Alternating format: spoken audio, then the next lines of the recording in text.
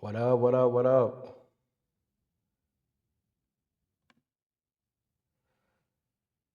What's up, little boy? All right, so I'm going to start. I got my boy up here. He gonna help me out with this one, but I'm just gonna read. He don't got just gonna read the first part. But so today, like I said, always gonna be about read and workout. All right, I'm gonna get the reading part out the way, and then I'm gonna get the workout. Gotta get ripped out here. But the big topic gonna be the wisdom for everyday life, right? Embracing, balancing, embracing balance and humility. You see what I'm saying? So we're gonna go by a quote by Joe Paterno that resonated with me deeply. That says, "When you win, you aren't good. You are not as good as you think you are, and when you lose, you are not as bad as you think you are." So that's what we're gonna be talking about. When you win, you're not as good, and when you lose, you're not as bad. So don't beat yourself too much. All right. The word of the day is perspective. How do you put that into perspective? How do you put you winning into perspective or losing into perspective that it don't get to your head too much that you win or you don't overbeat yourself when you lose it. So the verse of the day is from Proverbs 16:18. Pride goes beyond before destruction, and uh, so pride pretty much sums it up. Pride go before destruction. We've got so much pride in us that don't know what it is. So I'm gonna go ahead and start with perspective. Perspective is crucial in shaping how we view ourselves in situation. In time of sunset, it's all too easy to let our achievement get to our ego and get to our head. We might feel invisible and take too much credit for our achievement or our accomplishment. However, life teaches us that every victory is often the result of a teamwork, perseverance, and sometimes a little bit of luck. All right. And if you fail, we can be harsh on ourselves. We can be our worst critics. We criticize ourselves too much, losing sight of capability and doubting our worth. Right. This perspective can be determined, affecting our relationship and our overall sense of self. Right. So just knowing that, little boy, I'm gonna bring you up in a minute. So just knowing that, I'm gonna ask you. I'm gonna give you a few examples of in our workplace. What I put you up. So apply this to our workplace. In the workplace, remember the importance of teamwork. Celebrate each other's success with colleagues and acknowledge their contribution to everything that happened.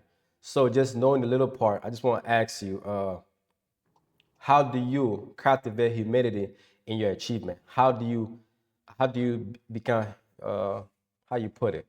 How do you humble yourself in your achievement? When you achieve something, how do you don't like that go to your head? Uh, Well, how do I? It's the same as like God washing people's feet. They do that to show humility, to show that He's for the people, that type of stuff. From my perspective,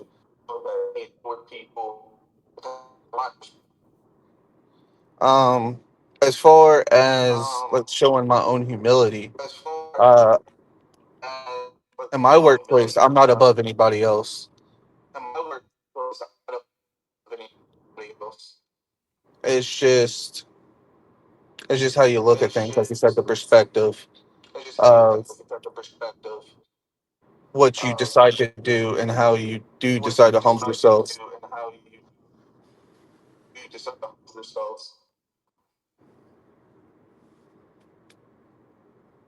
okay, okay. So another question: can you think of a time when a shift in perspective helped you overcome a challenge?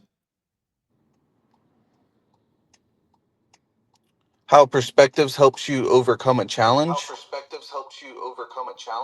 Yeah, how did it help you? How the shift in perspective, either win or losing, how you thought you're gonna win but you lose, you thought you're gonna lose but you won, in there that shifting in your perspective of how you saw it gonna happen. How does that help you uh, in your challenges or your challenge? Well, perspectives in that type of aspect, it's like sports, right?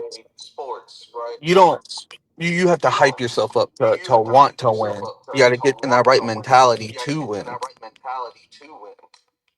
And in the end, as long as you try as hard as you can and you you do the best that you can, that's where the humility comes into place because you tried your hardest. You know you tried your hardest,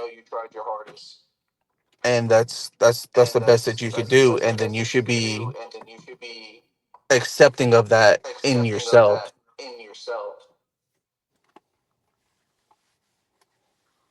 Okay. One more. So, in what situation do you find it hardest to maintain a balanced perspective? So, what situation do you find it harder to maintain a balanced perspective? One of the My personal opinion, it's hard to keep a balanced perspective when you want to do something one way and another person wants to do it another way. And you could see the right on both sides. You know what I mean? Like, you know that you're right and they're also right. And you have to give yourself some humility and try to look at it from their side as well, even though you want it to turn out the way you want it to turn out. Okay. Yeah, yeah, you're right.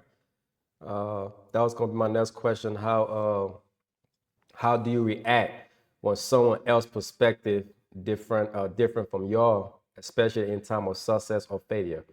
That was gonna be my next question. How do you react when someone else's perspective is different from how you win or fail?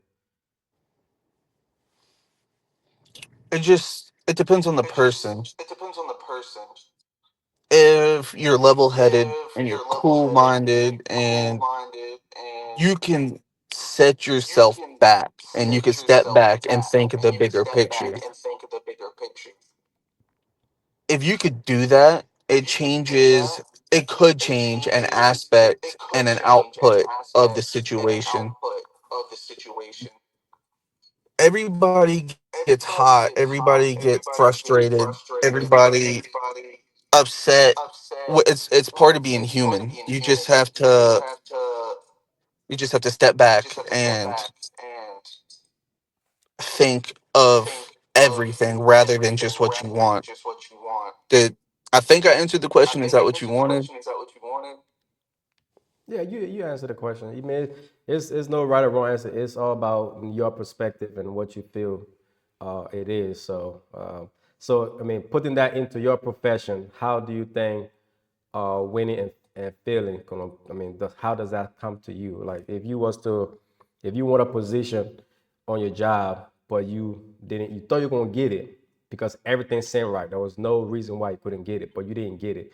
How your perspective changed on that? Let's say you went for a sergeant. You like, no way, ain't nobody that I'm running against can get hired as a sergeant or get promoted as a sergeant over me because I have the experience.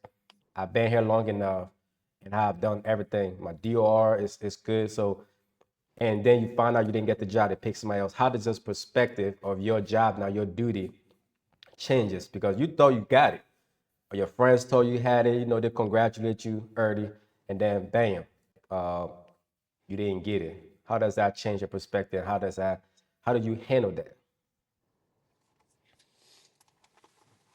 I mean, I have been in that type of position before. It's just you have to think about it from their perspective. There could have been somebody else better than you that you don't know because you can only see what you yourself do. You don't see what the other people are doing from behind the scenes, or what they've done in the past before you got there or anything like that. You just have to remind yourself that there are going to be other opportunities to grow in your place of work. It just You just can't lose sight of what you want. So even the person they pick, and you know they're not better than you in any way, shape, or form, and they pick the others.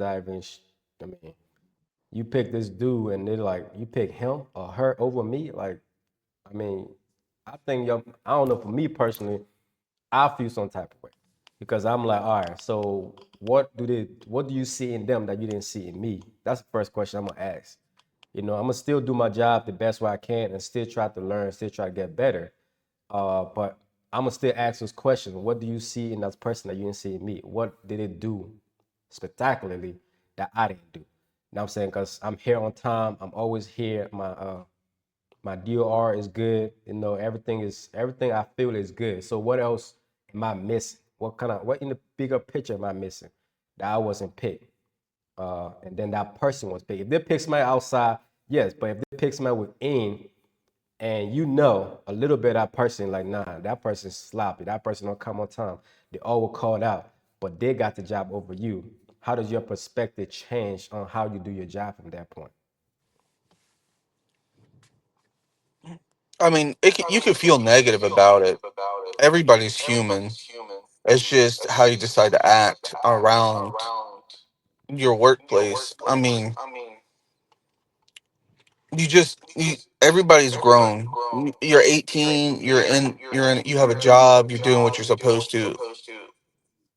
I mean, of course it'll affect you negatively in your mind, but you have to have enough willpower to power through that and continue to do what you want to do.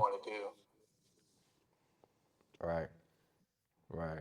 So just one more question. So, what strategies do you use to regain balance when you feel overwhelmed or overconfident? Mm, I would probably say overwhelmed is the more prevalent an emotion in my life rather than overconfident, because I'm not put in a lot of situations where I need to feel confident or act confident or put on a face. But to deal with those emotions, and you gotta just breathe.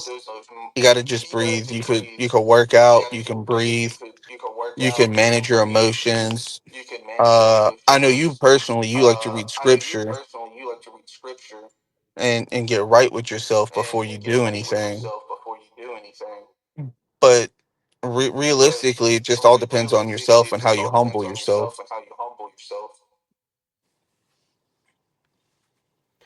So, what advice will you give someone who's struggling to maintain perspective during tough time? Everybody's going through a tough time. You just gotta do your own thing. You just gotta keep moving forward. If you keep doing that, you'll find results in the end. Whether it be like a new job or uh, a promotion in your job. When one door closes, another one opens. You just got to keep going through those doors. Facts, facts, facts. All right, I appreciate your time. It was good seeing you. Been a minute, my man, Good to little see you too, boy. bro. All right, man, but be good. Enjoy your day. Thank you for coming on. All Thanks right, for having me, until next Sal. time. I appreciate you, buddy. I got you, bro. All right. All right, bye.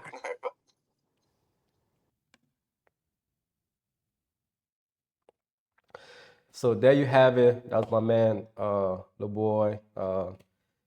He's a good dude. That dude is good. I work with him for a while, and he's just a good man. I ain't gonna lie, he's a good man. Uh, and I met him at the job, and since then, uh, whatever I would have asked him for, he would have done it. He been there for me a few times than none. And I ain't gonna lie, I have disappointed him in that I don't feel good about because this circumstance that happened, and I felt like I felt like disappointed. I don't know how he feel about it, but I felt disappointed. Like his baby reveal, I didn't show up when I wanted to show up because I was one of the one that really was rooting for he and his wife to and I didn't show it. I felt bad about that, and so just for him coming on here on the reading workout and the Royal Peep, One Bad TV, It just show what kind of person he is. It's gonna shows what individual he is. He's a very great guy, uh, and what I'm saying. Hopefully, I can be a better friend to him as he been to me. That's all I can ask for, and I appreciate him coming on. So the next person I'm gonna bring on will be my man Kesley from LIB, Labromo Review. And I'm asking the same questions. Everybody's perspective is gonna be different on different questions, but I'm gonna read more on the stuff to kind of get him caught up, and then I'm gonna ask him same questions, and then he can elaborate on that more and kind of put himself in just give an example of how it is in the country of Liberia and all the stuff and how our perspective changed. Because everybody perspective changed based on how they're feeling, and if you're winning or losing, your perspectives change. Because I know for me, I've been through a lot, so my perspective changed on different things that I go through. Sometimes I'm more harsh on myself. Sometimes I overwhelm myself by putting my hands in multiple things. If they don't work out, I tend to break down and I tend to be in my own corner. And when people try to, I feel evade that corner when I'm going through those things. I turn to be more harsh. I turn to be more short with people, which is not good. And I mean, but sometimes people don't listen. When you tell them, say, hey, not right now, and they still want to push the issue, and then that's when I just flip, which is I have to work on that as well. So perspective changes. So when like he said, when I go down and read my Bible, or uh, if I go down, read my Bible and stuff like that. Sorry about that. Uh, if I go down and read my Bible, I kind of get that strength from God. I get that strength from God. So I get that strength from God, and I move on with that. And I kind of tackle that and see how I can be better at that. Because we all have different issues and problems we go through, and I'm not no different from that. I'm not perfect by all means necessary. But I try to do my. I don't like to use the word try because I feel try is it's me not giving my best if I use the word try. So I tend to do everything within the power that I have that God gave me to do what I can do, and whatever I can do, I leave it to the Almighty God. I'm not perfect by all means necessary. Uh, and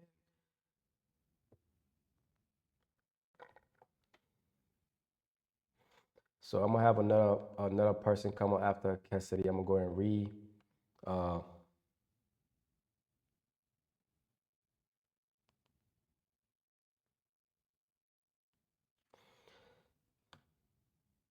so I'm gonna have Cassidy up on the stage. Can you hear me? Yeah, I'm hearing you. Yeah. So based on what the man said, what do you think before I go in deep with it? What do you think? Yeah, understood everything he said. Um, Everybody got their way of analyzing things, and everybody have their own way of dealing with their way. So we were just talking about what he do and what he feel that is the other. Yeah.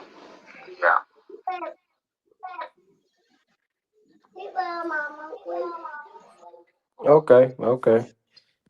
Yeah. Everybody have their own uh ways and perspective on it. Yeah.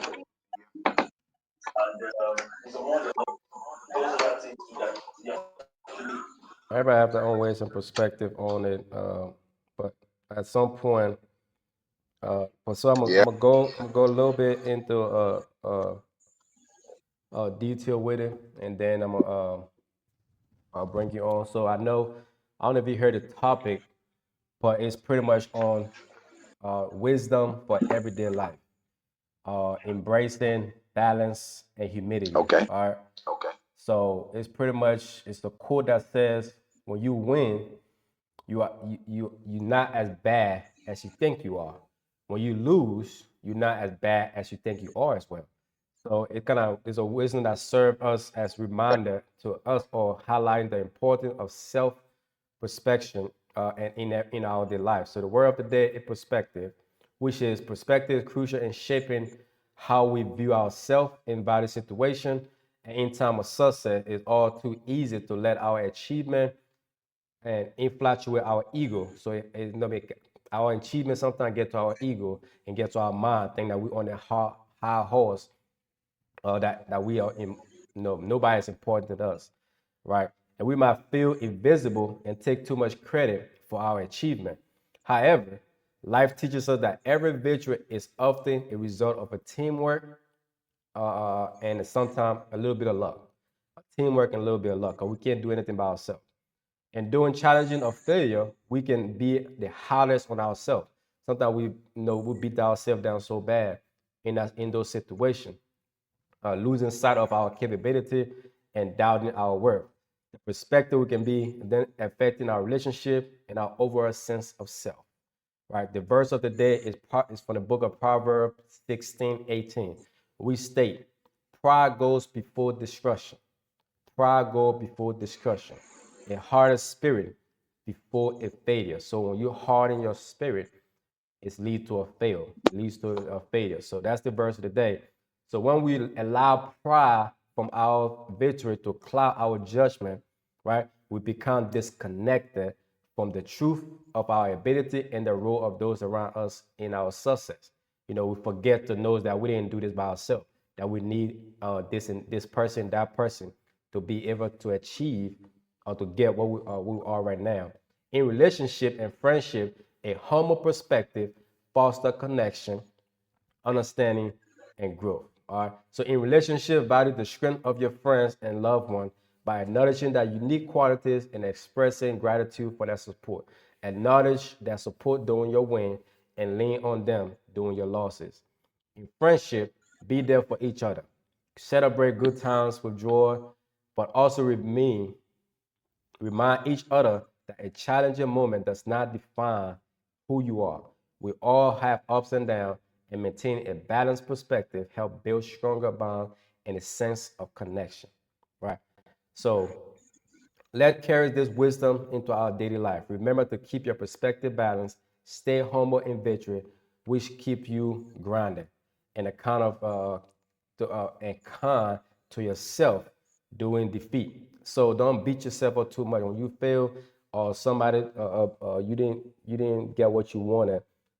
Don't beat yourself up too much. Be kind to yourself. Yes, you don't want to stay there because sometimes when we beat ourselves up too much, I feel that's when we stay where we are. But when we kind of boost ourselves back and kind of give ourselves that self motivation by reading the Bible, by talking to somebody and seeing that perspective on things, kind of boosts us up as well. As you can hear, like boy said earlier, and to know that life is a journey of growth and we are all in this together, right? So let's embrace teamwork, stay patient and calm, and strive to make ourselves proud. Together we can unlock our true potential and be the extraordinary change we want to see in this world. All right. So based on that, my question to you is, how do you interpret the quote by Joe about winning and losing? About if you win some, you are not as bad, and if you lose, you don't know. If you win, what's the quote say? He said, when you win, you ain't as good as you think you are. And when you lose, you are not bad as you think you are. So how do you interpret that? What does that mean to you? How do you explain that to yourself or people that might be listening or watching? How do you see yourself in those light? How do you relate to his quote? Like what do you think about his quote about winning is losing? Okay. We'll start with the losing side because in life there is a lot of challenges. There's a lot of ups and downs. You can start something And on the way, you can better with some challenges. And the challenger you better with, you just have to know how to deal with it. Because that's why I tell people most of the time is two good heads better than one. And why two good heads is better than one? Because if the two good heads come together and put idea together, it works. But when you bring a dumb head over with a good head, what exactly happen is that if that good head don't have the strength, what exactly happen? It can lead the good head down the drain. Okay. Like me, how I do a special thing is that I know in life failure comes always. So if I haven't having to take that challenge and I go ahead and see myself failing, what I do is that I learn from my mistake to be able to go forward. Why I'm going forward? Because I want to win. There is no a successful story without a challenge. That's one. Two, on the winning side, I should know that there are people that bend there between me. And going forward, there were a lot of disappointment and there were a lot of time that people let them along the road. And I can remember you always telling me that most of the time that you gotta wake up and push and push with the help of God, all things will be possible. Just know your goal and press forward through the help and grace of God, success will come. That's how I do analyze it. Okay. All right. So the next question will be for you is, can you? I think you have shared that experience. Can you share that experience that changed your perspective after a win or lose? So the time that you won or lost, can you that your how did your perspective change based on whatever you win or lost in? I mean, how did it change your perspective? How uh, I mean, in the experience that you had when you thought you're gonna win and you lost, or you thought you're gonna lose and you win, how does that change your perspective on anything? How do you keep moving and keep doing what you're Okay, doing, keep doing your job, or keep doing your business or whatever it is? How do you keep moving by you having those shift of perspective being changed? okay. What I do is that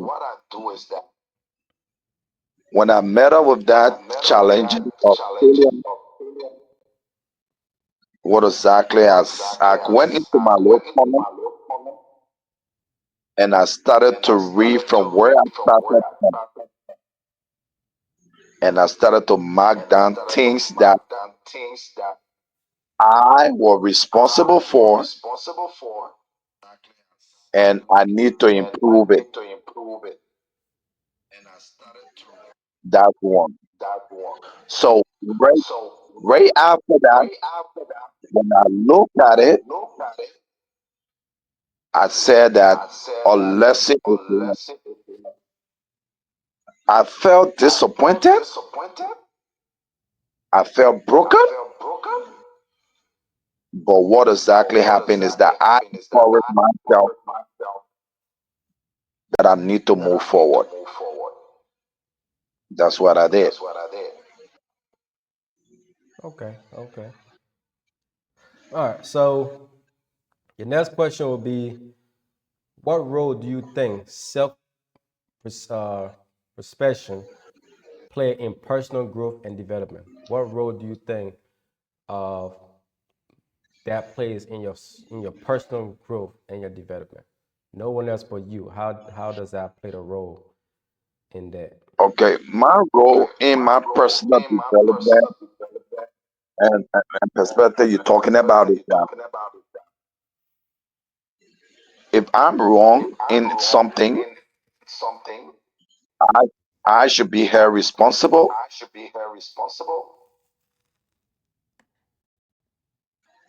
hold it, and know that I'm wrong. I should accept my fault, and that is my responsibility. And when I'm want to leave from the Lord, I accept my fault and want to improve it, I should know that I should think more than that. That means I need to put in more work because what I want to move forward and I want to get it better. Okay, okay. So in doing that, how do you react? How do you react when someone else's perspective differ from yours, especially in terms of success or failure? How do you react when someone's perspective is different from yours in those terms of success or failure? Wow, in that, to be frank, when somebody perspective in success is different from mine, or they are doing things that is contrary to what we discussed, sometimes my head can pop though. And on my hip So hop, when I you can be like, when you see a hip hop, what does that mean? My hip hop. okay, when I say my hip hop, I means that, for example, right, we argue to come up with one understanding. If I tells you that this is a cell phone in my hand and I gave you the name of the phone and you come up, you say no, that's not the name, and I gave the phone over to you, lay it into your hand, and you look at it, you seeing the name, but you still justify that's not it, that can make my hair pop. Why make my hair pop? Because you are seeing the reality and you don't want to agree to it. Because if you see the reality, right, Right. and you're not agreeing to it, then what more can I say to you? What more can I say? Because what is written on the written is on the wall. So you looking at it. So why can you agree? You want us to argue and argue and argue? Oh no, I don't have space for that. Because what I'm thinking about moving forward.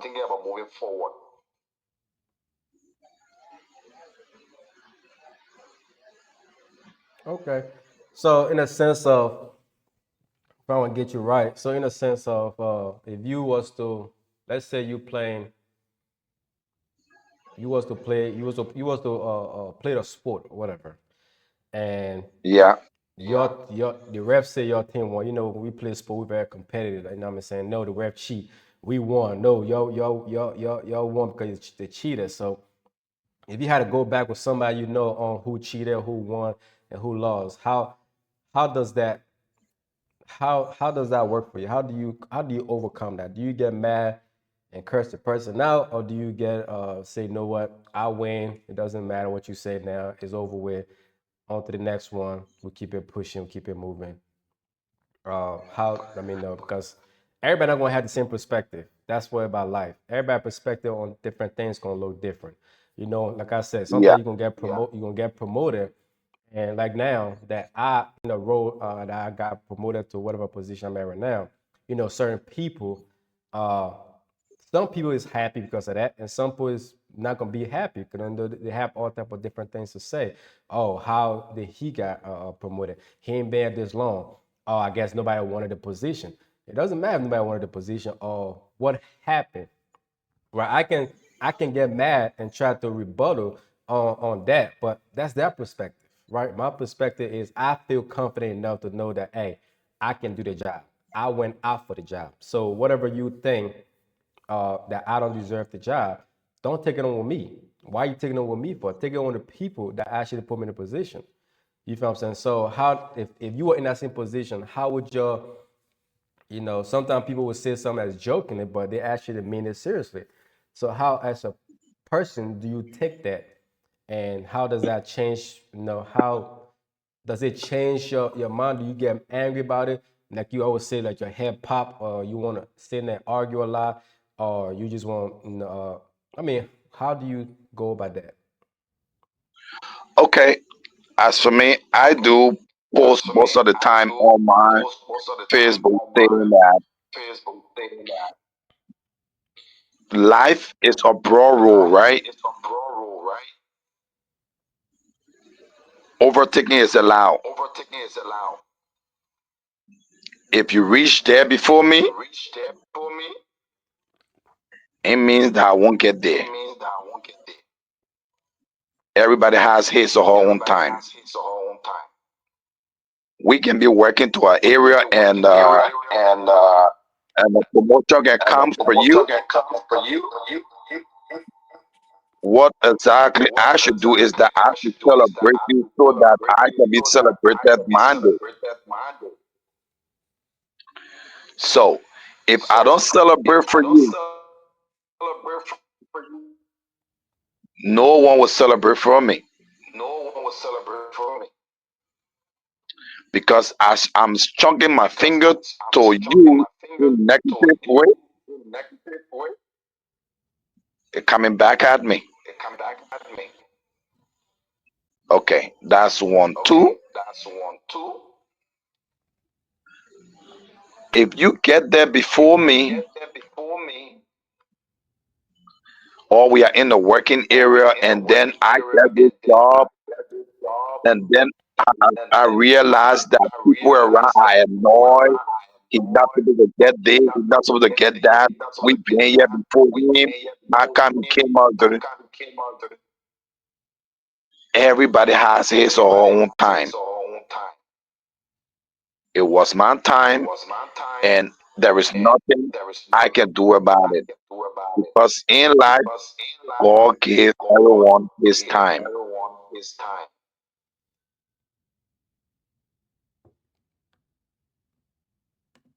And before you make up your mind, they are gone.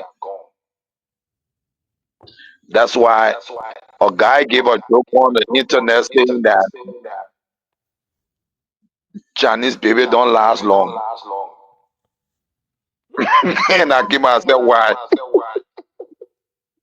He said, but Chinese still get still on. And that Chinese baby, it was to die. I mean, So I as left for there and me, said, hey, I stop that. I feel because a lot of people will say that, but I feel that's not a truth to that because almost everything that we use, even in the United States, it was made in China. But I think it just how your country received the original or how they feel that they would need the quality of it, but it's still made there. That's it. But to That's it. put it in those sense that oh Chinese people don't do it, it's just like oh you thinking that all Chinese things don't do because half of everything we use, I mean, it's from China.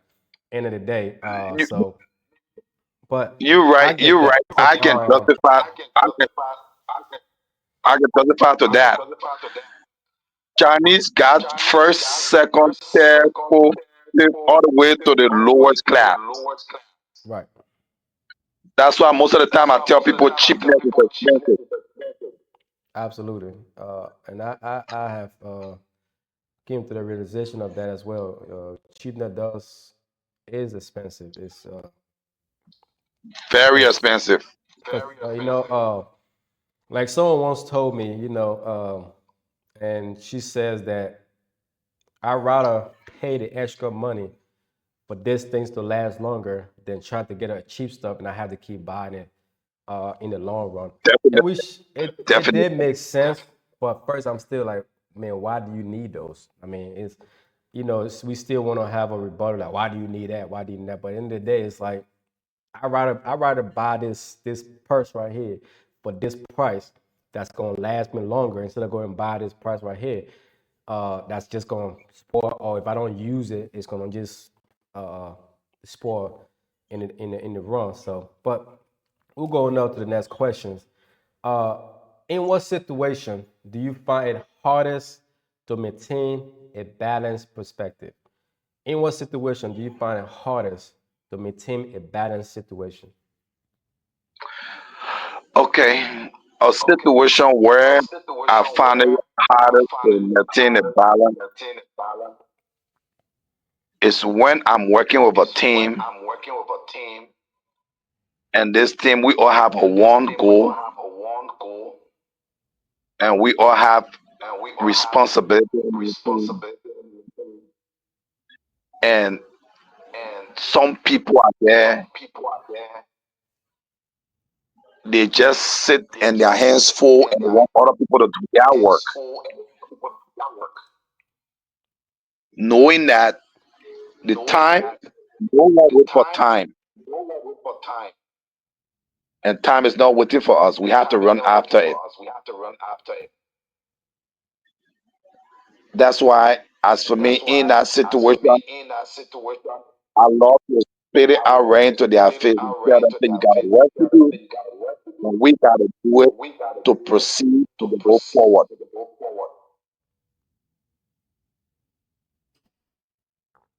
Operative, what exactly happened? It took me off track. And when I'm off track, I put it go to the person and let ask them in the corner off air where people don't know where they am at. Say, what is your problem? Because everyone wakes up in the morning with different problems in their head. There must be something that need you need a help to be able to go forward. And in that, so long I give you that word, it can boom you up and it can spark you up to go ahead and do things together. It happens to me when I was sick in the hospital. Liberia nowadays, you got people, nurses all over in the hospital. People are sick in pain and pain. And you know what they are? They can be on Facebook, they can be on TikTok, and all that. And that alone is bad. Because for one fact, you should have passion for the job before you go for it. People can be laying down in pain when you telling your friends, but I can't see the other guests, but I can't see the other one, but I can't see the other one. And what exactly happened? If you are a nurse or you are a doctor, but let me just leave it on the nurse because the nurse is someone that take care of patients every day, every minute, every hour, every time. A word can come from you that person is supposed to die, but that kind word that comes from you to that person, it can give them life. Just a word.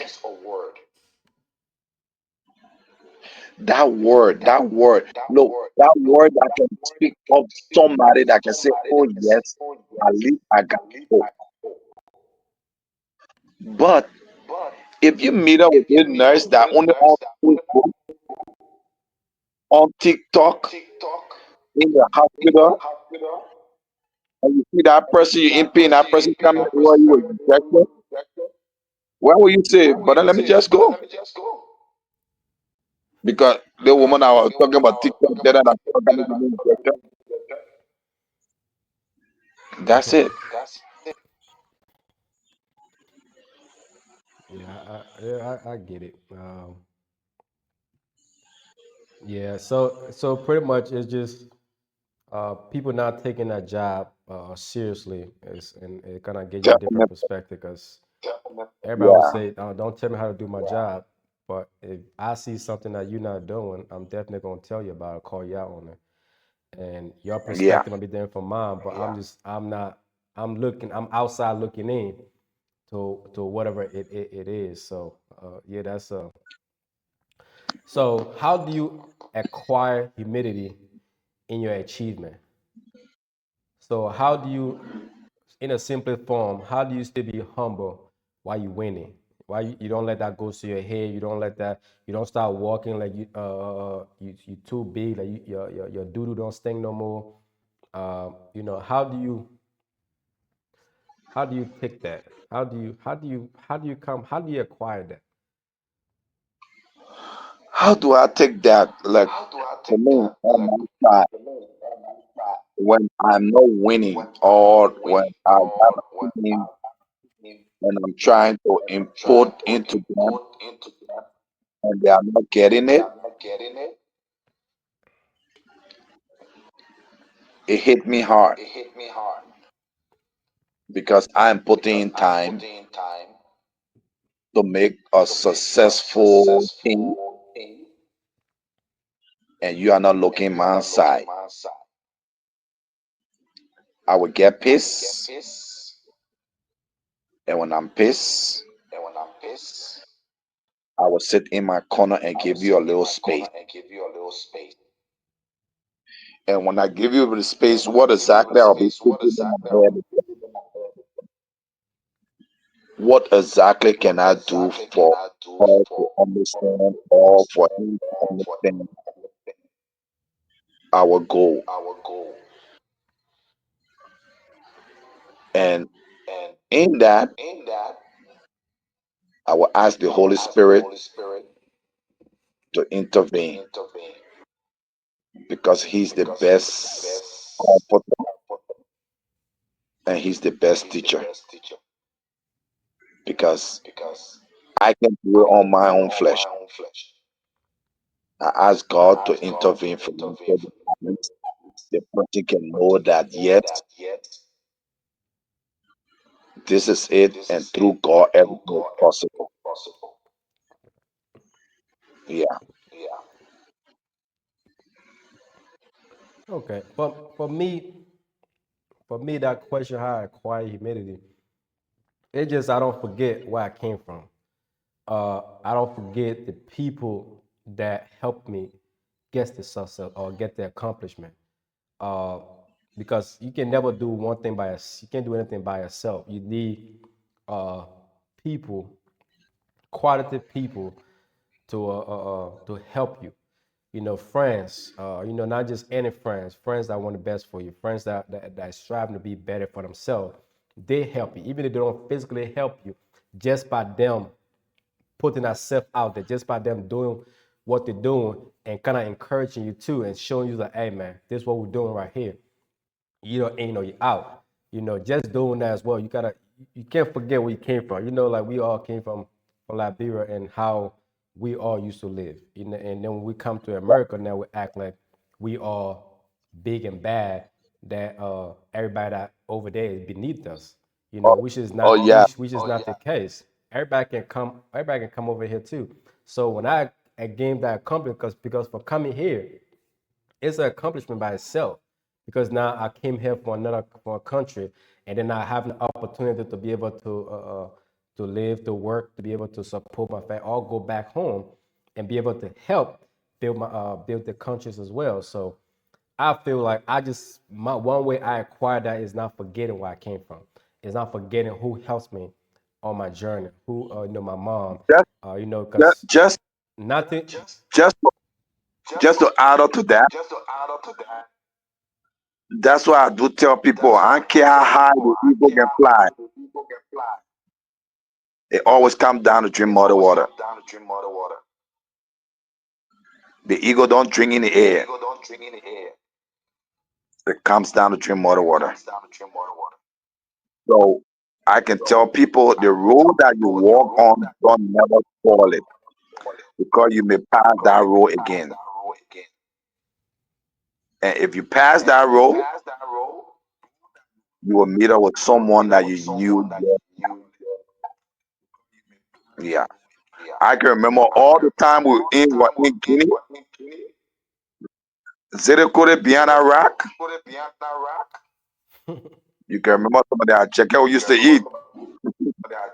And I'm so grateful to God for you and all the stuff you can tell me. So wow, this is it. And we can do it. And I love the way we are doing it. We used to walk. Yeah, I When just you now walk all on your feet, yeah. yeah, that's how I feel that when we come here and we try to act different, try to act all big and then forget where we came from, and it is not all on us because most time people will try to take advantage of you because of your position you in or where you at, but don't not realizing that because I'm here doesn't mean I get it easy as well. That's the things I have to do. I might say I probably get it a little harder as well because I have to pay all these bills. I had to pay all these taxes. Whereby back home, if you build your house and you have some good money or you getting your money on time, because the key word here is on time. So if I'm working for somebody and they pay my $200, $300 every month on time instead of have to wait another time, I can live a comfortable life. I can live a good like us. My house is mine. Everything I have is mine.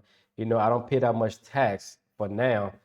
So but here, everything you do here, you have to keep working because like I tell everybody, you want paycheck away from being homeless. You want paycheck away from me kicking out your apartment, your house. So you have to find that humility in yourself, regardless of how big you go. Yes, how big you go, you're gonna have to get people will come to you, right? Friends will come to you now because you on another level, just so they can acquire something. People that you don't even know before, people that you never heard of before. Now because they see you on that level or on that height, now they want to come to you and put their hands out. And then if you don't do it, oh, they don't talk about you. Oh, he think he's all that now. Oh, she thinks she all that now. So, but in acquiring that humility, I just don't forget where I came from. I just don't forget that what I have right now, uh, it can be taken away anytime. You see what I'm saying? It can be gone anytime. So I have to keep working. It could be I could get sick. That's what you can say. Two is better than one. Even the Bible talk about you having somebody else that's two of you guys that if one wants to fall, the other ones can help the other one out, and then both of y'all can enjoy your reward in the end because it's when two. It's like America pretty much is built for two income. It is not built for one income. If you built for one income, you're gonna be working, working, working, unless you have Bill Gates type of money, Elon Musk type of money. But just a normal person, or you just have a little one apartment. Even you have a little one apartment, because we all like good things. We all want to live lavishes. We all want to, we don't know tomorrow. So I want to live today lavish as well. But for some of us, we're not just living for ourselves now. When you have kids, you have family, you live for them as well. You can't be selfish.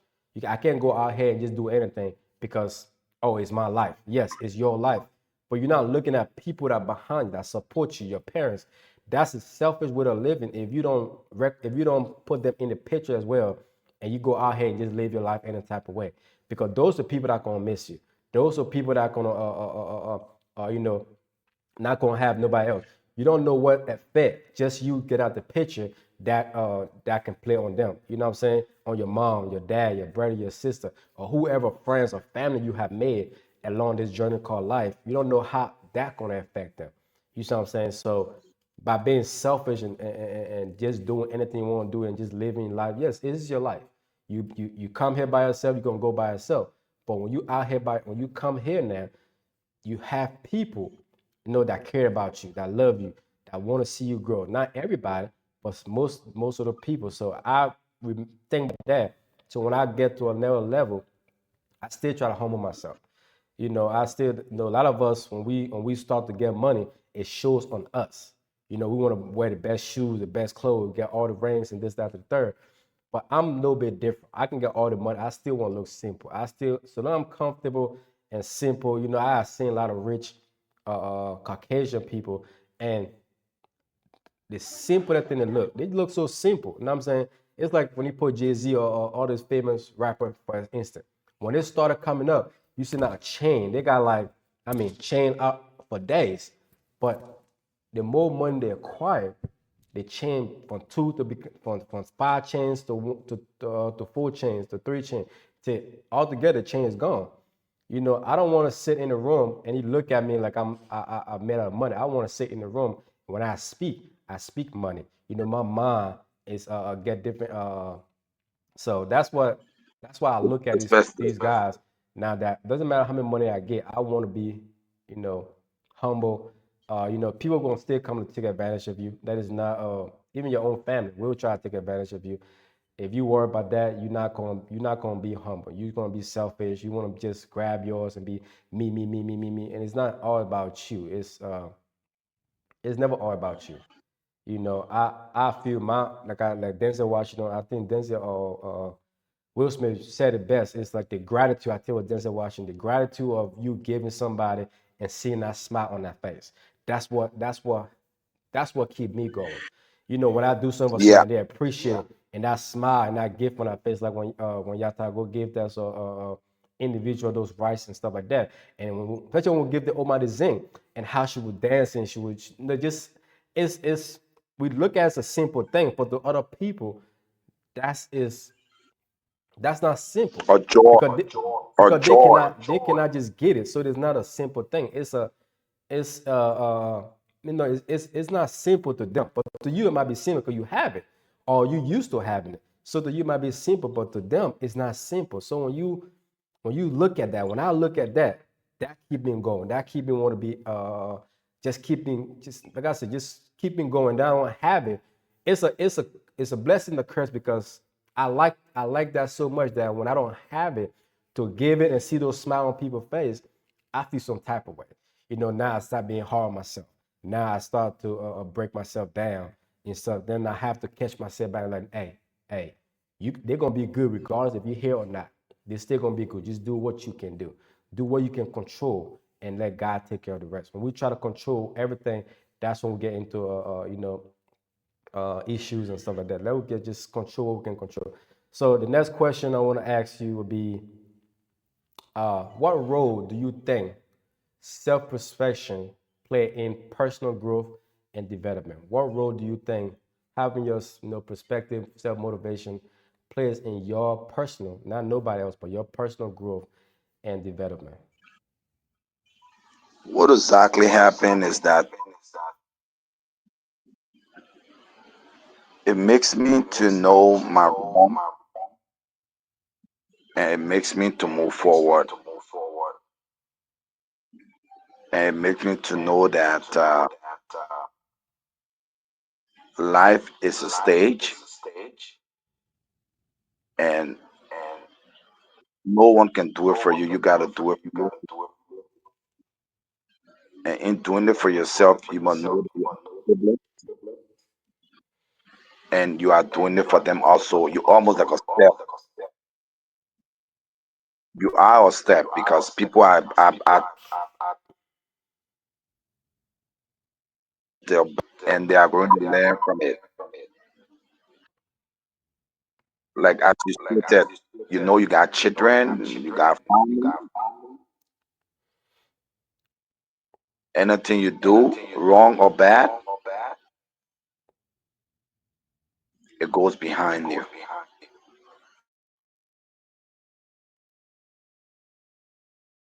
Talk, your integrity matters. Don't let $5 spoil your. Don't let $10 spoil your. You have to know that your integrity you build for years, you can destroy with just in a step. And when you destroy, it can never be put back.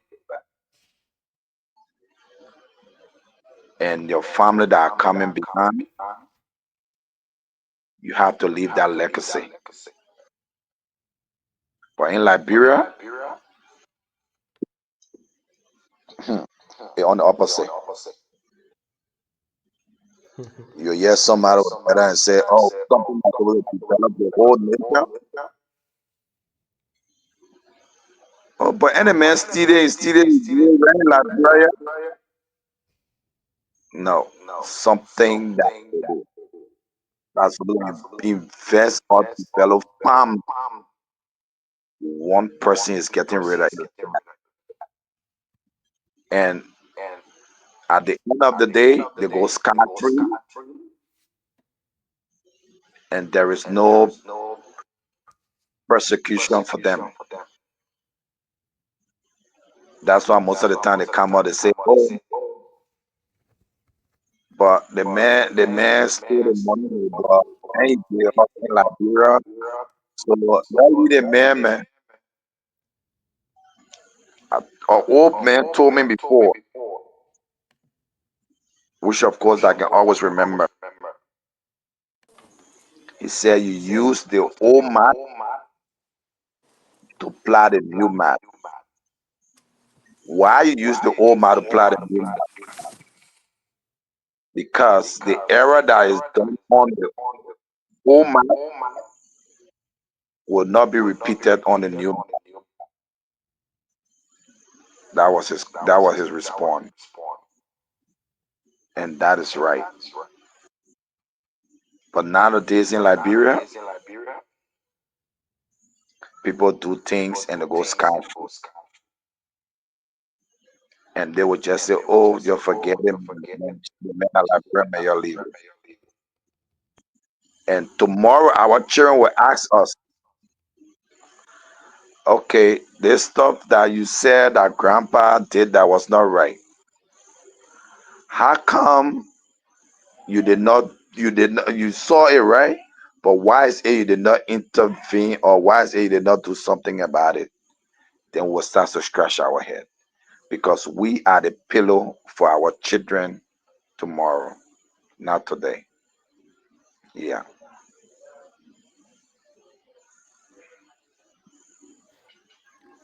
Yeah, I get it.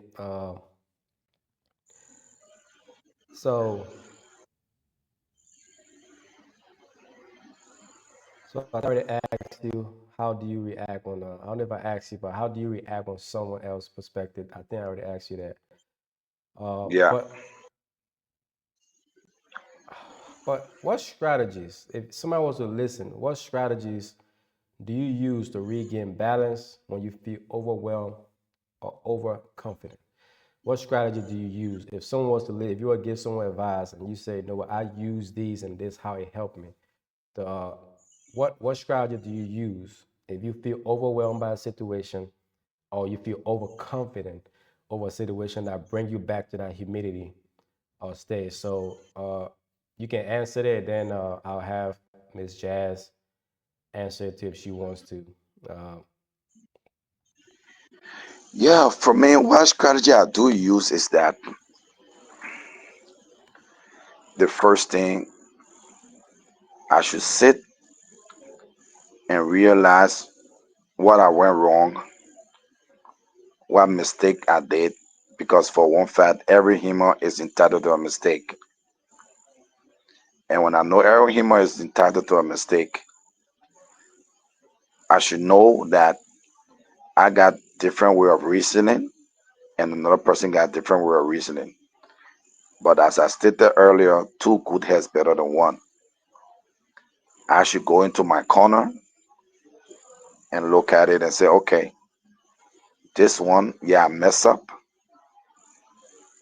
but I need to take the blame." Although it hurt, but I need to take the blame and learn from my mistake. Despite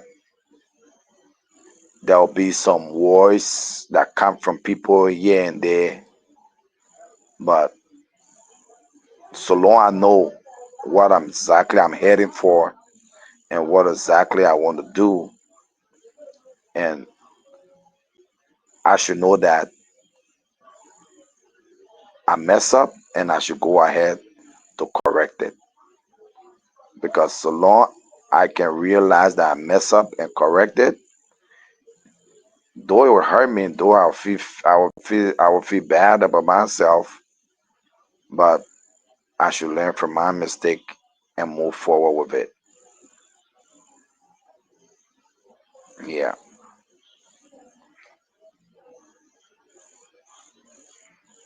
Are you there? So, Jazz, Can you hear me? yeah. So, what you think? Okay. Did you hear the question? It kind of went out for a minute, but I kind of caught the tail end of what he was saying. So it kind of came across as accountability. Am I correct? So the question was, what strategies do you use to regain balance when you feel overwhelmed or overconfident? What strategies? That's a good question. Um, for me, I just try to recenter myself, especially when I start to feel overwhelmed. Um, remember my why, remembering why I'm doing what I'm doing. I think that's the most important thing when it comes to that, in my opinion. Um, I'm sorry, y'all. I'm kind of trying to get ready for work and leaving out at the same time.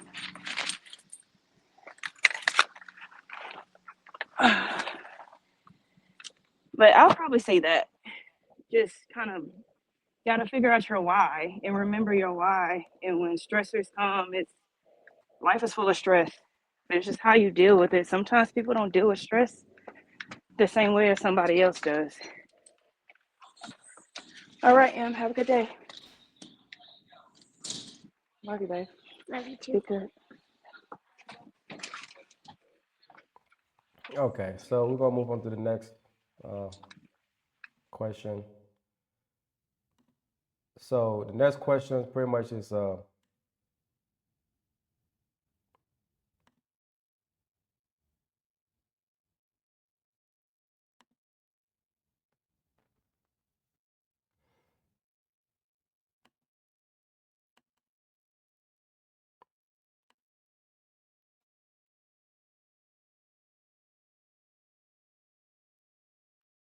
Cassidy, you can unmute yourself. I know your camera froze. Uh,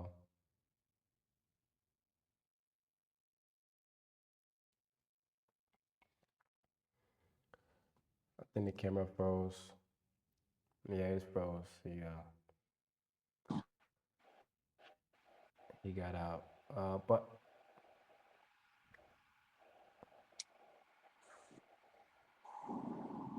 But the next, can you hear me? I can hear you. So the next question is gonna be, how do you remind yourself to keep a sense of humility during victory? How do you remind yourself to keep the sense of humility during victory? Doing victories, Yeah, how do you remind yourself to keep the humility?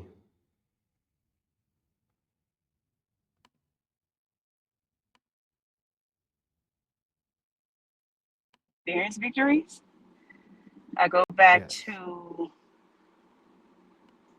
some struggles, Some you struggles, know, you know, and I look at the things that I used to struggle with, and I look at how I've overcome those struggles, and I look at those different strategies that I used, and using my struggles as a stepping stone for me to get to where I'm desiring to be. That has played a major part for me. Um, also, as well too, like even with my victories, I look at my failures and I look at my victories as one because they all play a role in You are calling me? it all plays a role Huh?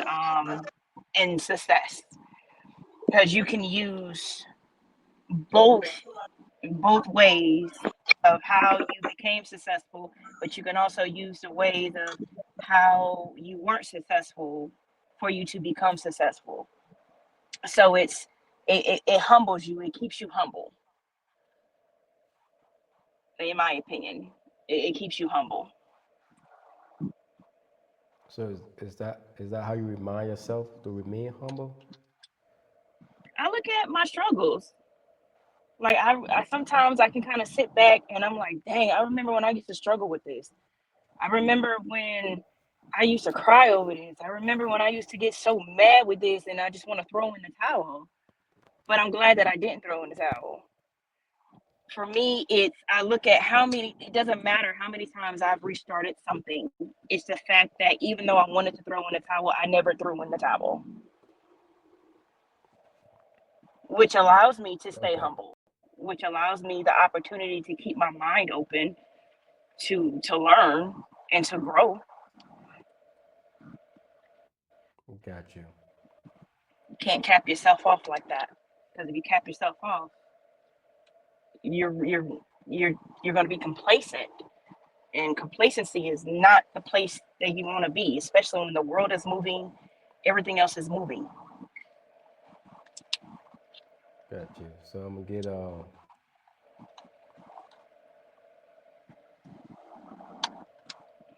get Cassidy the chance to. So Cassidy, can you hear me?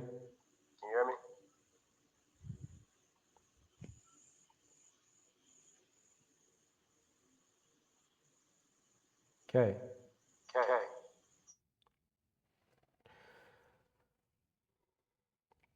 I guess his network is going in and out.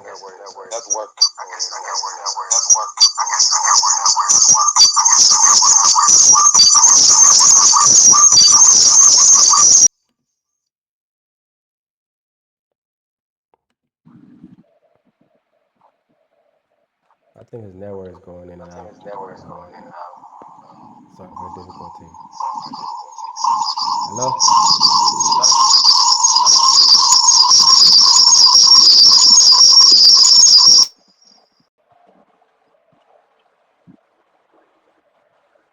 All right. So I'm gonna go to the next question. We'll come back when he get his stuff situated. All right. So can you think of a time when a shift? I think I asked you this before, but you think about a time a shift in perspective help you overcome your challenges?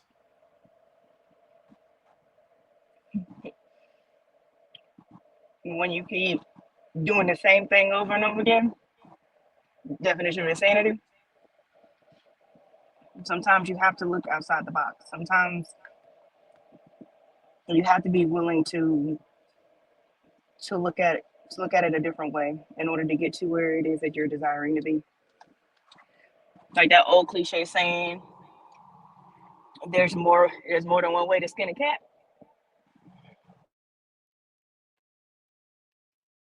Stuck with the same way and you keep doing it and it doesn't work, then that's an indication that, hey, let me try something different.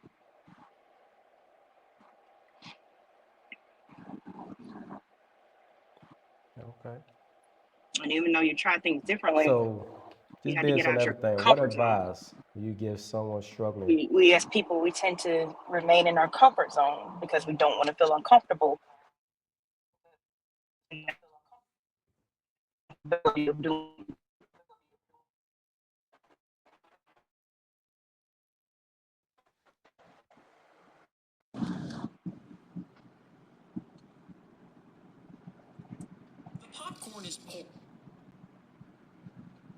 Can you hear me?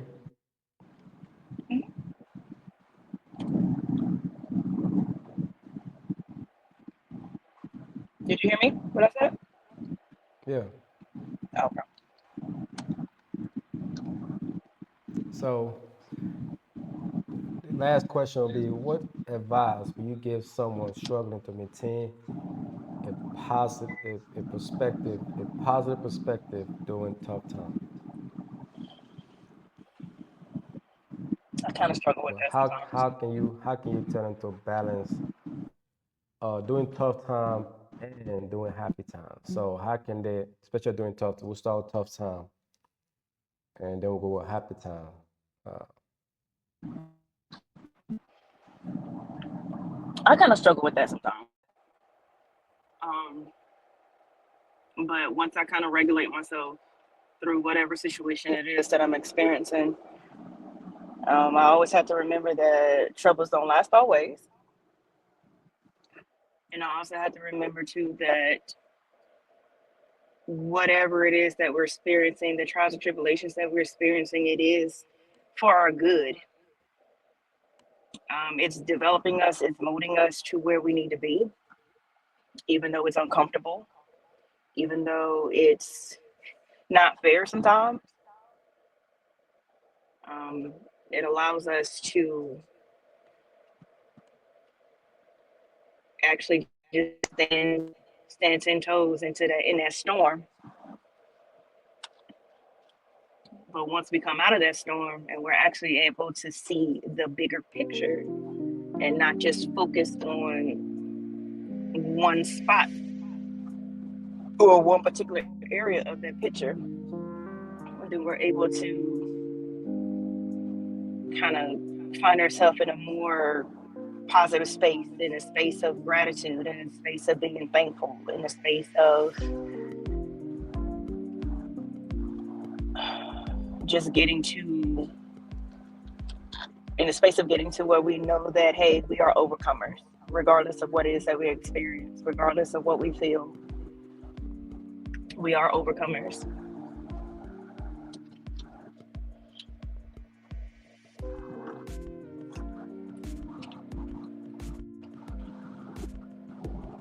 okay. All right, but thank you for joining the show. Uh, hopefully, so what do you think about? Uh, I don't know if you saw the whole thing that I read. What do you think? How do you take the court about Joe? Uh, Actually, I didn't see that part.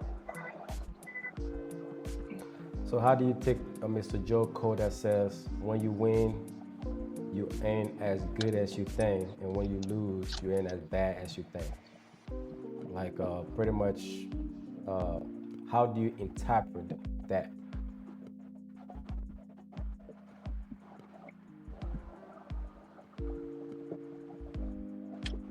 Okay, say that again. The quote one more time. When you win, you ain't as good as you think you are. And when you lose, you ain't as bad as you think you are. You are not as bad as you think you are. How do you interpret that quote about winning and losing? I think it's a mental. It's a mental thing because as individuals, we do have a tendency to kind of forfeit ourselves when it comes to situations in regards to winning or losing. And the mind is a thing that can really play tricks on you if you allow it to.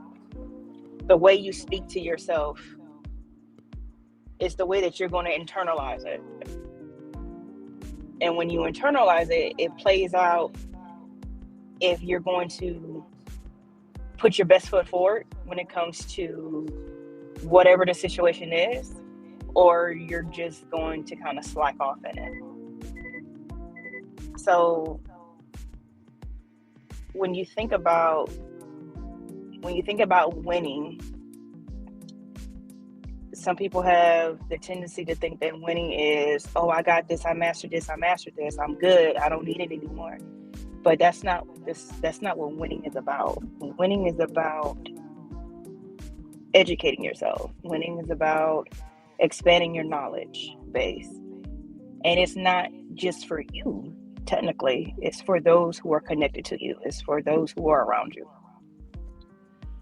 Even when you feel like you've lost, but a lot of times it's not really a loss. It may feel like it because, from society's viewpoint, this is what success looks like. This is what a loss looks like. But when you don't, when you're not successful in a space, that's not the opportunity for you just to throw in the towel and be like, I'm done with it. Use your tools that's been provided to you, and reach out to those who you feel that are ahead of you in life, to kind of add to that, to those tools that you currently have. Go back, revisit the board, look at what worked for you and look at what didn't work for you. That way you can move forward and saying, hey, I tried it this way, didn't quite work out this way, but I'm going to try it this way because I was able to reach out to X, Y, and Z. I was able to obtain a different mindset for me to be successful. So, I mean, the way that society throws around winning and losing, when you limit yourself and you're not open to receiving and the learning, that's when you really lose at life.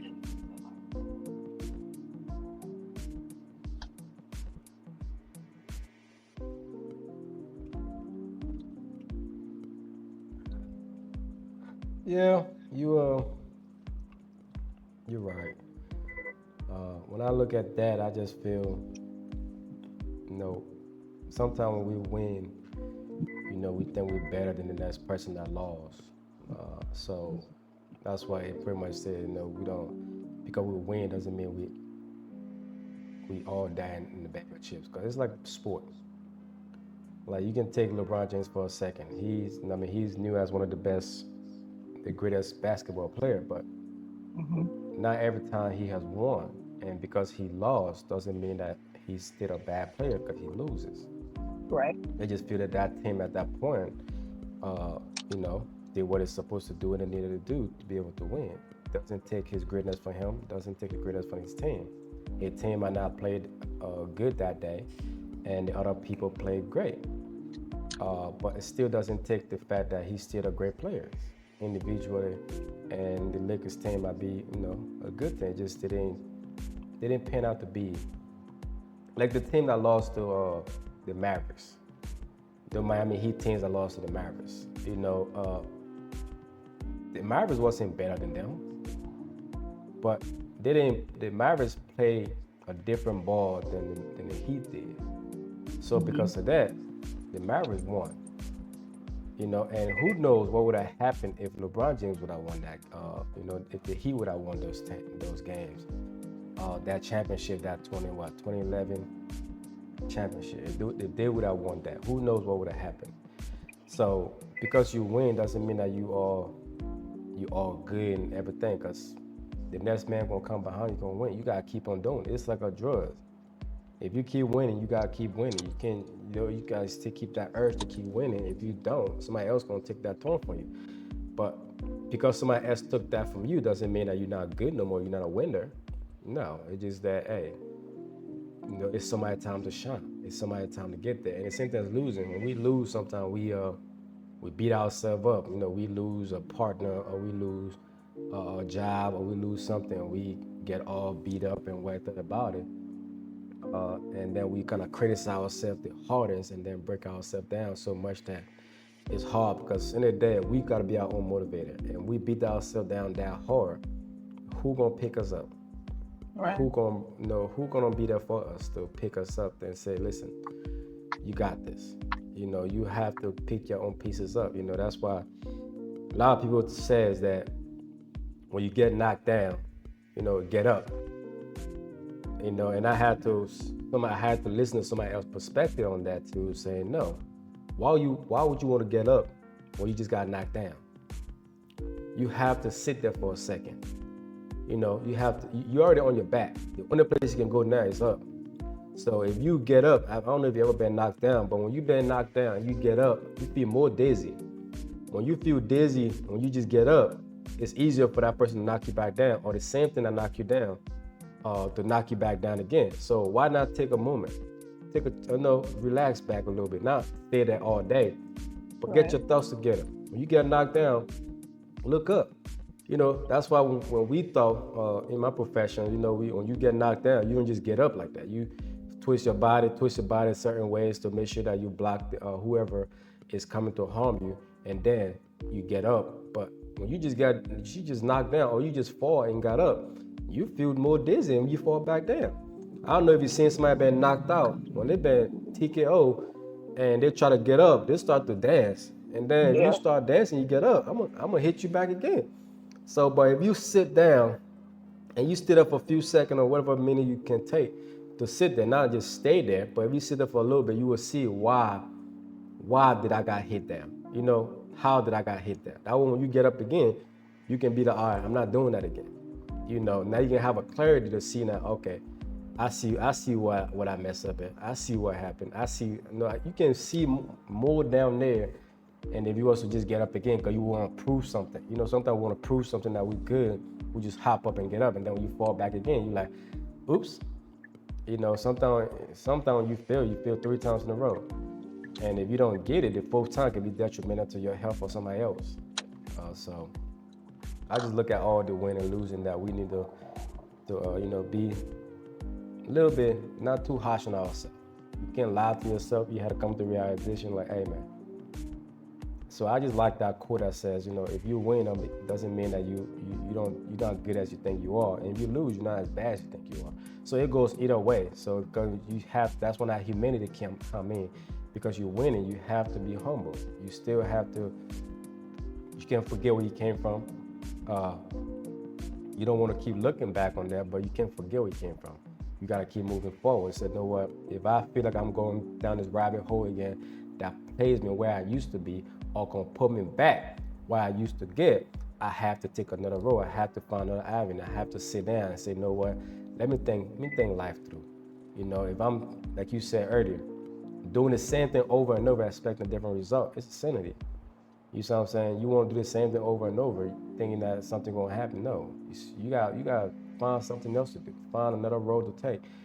That's what there's never no wrong road. The only road I feel is only one road to anything is to God.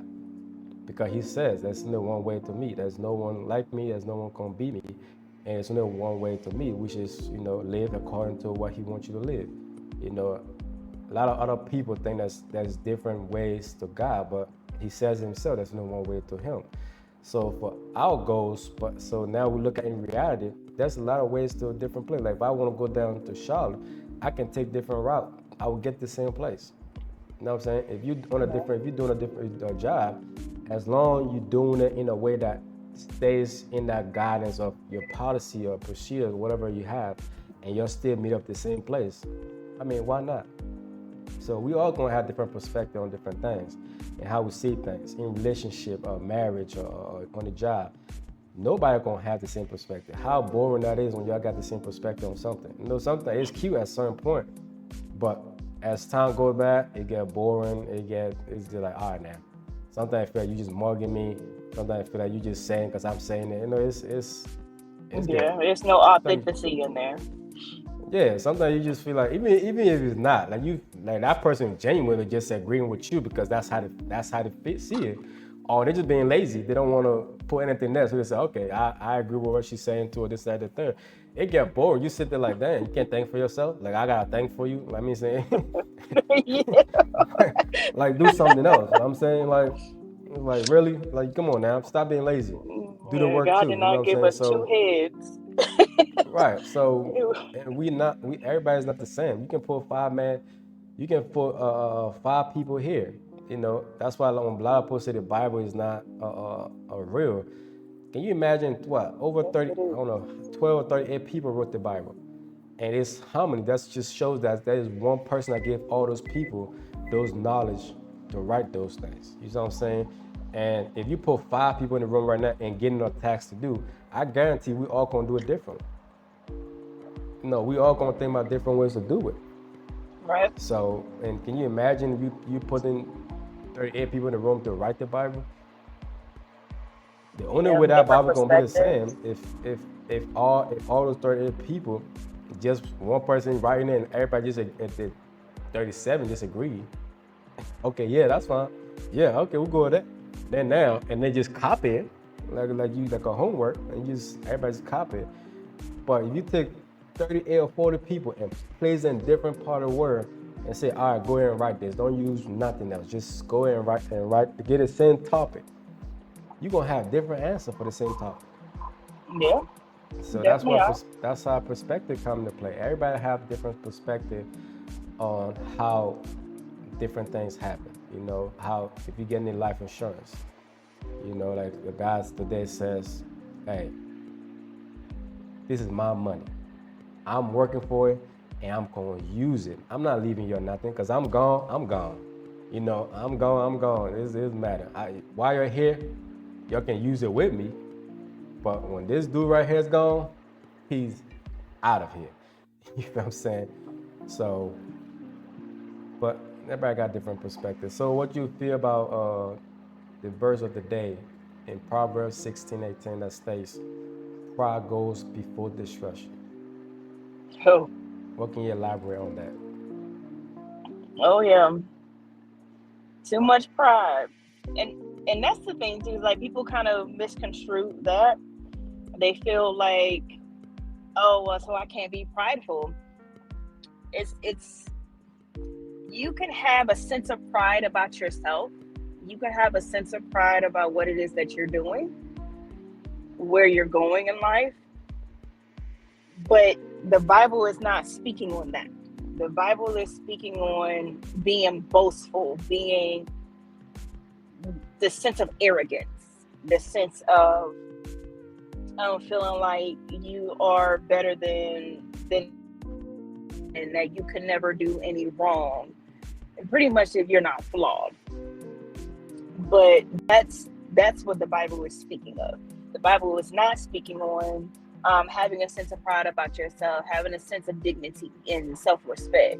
But a lot of people like to intertwine that, and they like to say, well, the Bible says this, so what is God trying to say? God's trying to say that I can't be a prideful person. God's not what he's trying to say, that I can't be a person with the sense of morality. Like, no, that's not what he's saying at all. That is not what he's saying at all. If you have the sense of pride of what he is speaking on, is your chest poked out, your chest buffed out, you feeling like no one could tell you anything, you can't learn from anybody because you're not on the same knowledge level as somebody else. But those will be the ones who will quickly be humbled and knowing that God will literally put people in your life to humble you. He will do that. People don't think that, but he will do that. So that's the main thing. That's a major thing. That's the issue with the world right now. Is pride and the lack of respect for one another, the lack of dignity, the lack of morals and values. You know, say for instance, I grew up rich, which means that I don't have to work for nothing in my life. Everything is handed to me. Mom and dad, CEOs of companies, and I'm just chilling. But then I have people coming to me who work for the company trying to give me feedback, trying to give me um, positive directions that could lead the company in a different direction, in a more productive in a more of a productive way. And because I'm so prideful, I don't want to hear anything anybody has to say to me. I'm looking at in the quickest, in the most craziest way.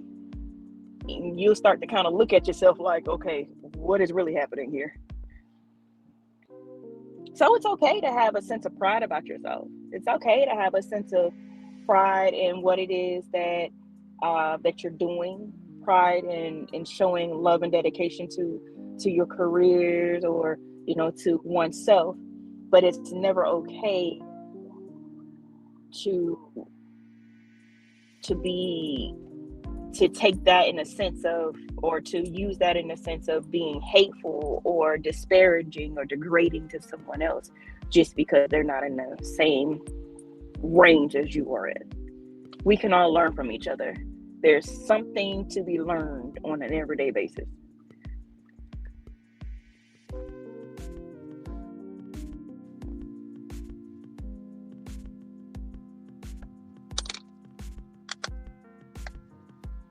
So, in a sense of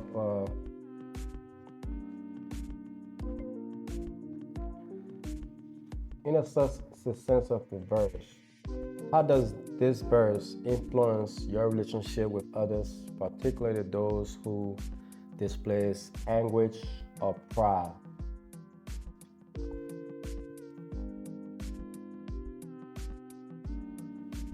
How do I How does this verse influence your relationship with others, particularly those that may display anguish or pride towards you?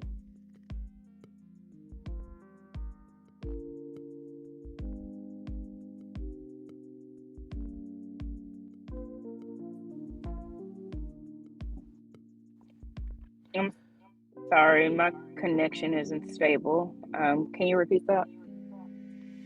How does this verse influence your relationship with others, particularly those who may display anguish, arrogance, or pride? Honestly, I laugh because it's like I'm not going to argue with somebody who doesn't want to listen to what's being said from a different perspective, because 9 times out of 10 it's always going to go come back full circle, and I'm going to be asked like, hey, what's your perspective on this? And sometimes it does become frustrating, especially when it comes to people that you actually care about and you want them to be successful, and you're trying to give different pointers on things, and just from their lens, and just because my lens of seeing something is different from your lens of seeing something doesn't mean that it's wrong. It's just different. But if I'm giving feedback, for me, it's, hey, I wanted you to look at this from my perspective as a whole, because if I'm supporting you or supporting the cause of, say, like a fundraiser or whatever or whatnot, and I'm seeing something that the individual is not seeing because they're so close to it, being those extra set of eyes is not a bad thing. But some people do take certain things at to heart, because it's like, hey, this is my baby, this is something that I'm trying to establish, this is something that I'm growing. But even if you're trying to establish something, or even if you're trying to grow something, and it's always good to have a fresh pair of eyes or a different pair of eyes looking at what it is that you're doing, because again, because we're so close to it, there are things that we may not acknowledge, and there are things that we may not see simply because we are close to it. And when we're speaking on it and just trying to give you pointers, and the arrogance comes in and the pridefulness comes in, and everything else starts to kind of unfold, that to me kind of makes me, hey, I'll back up a little bit. I'm going to allow you to feel what you feel, because you as an individual have the right to feel what you feel, and we can revisit this conversation at another time.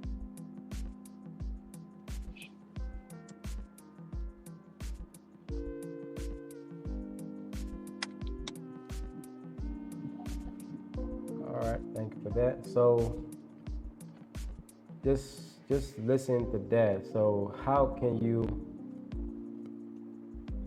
So, how? First, if I ask for the advice, how do you help others recognize the importance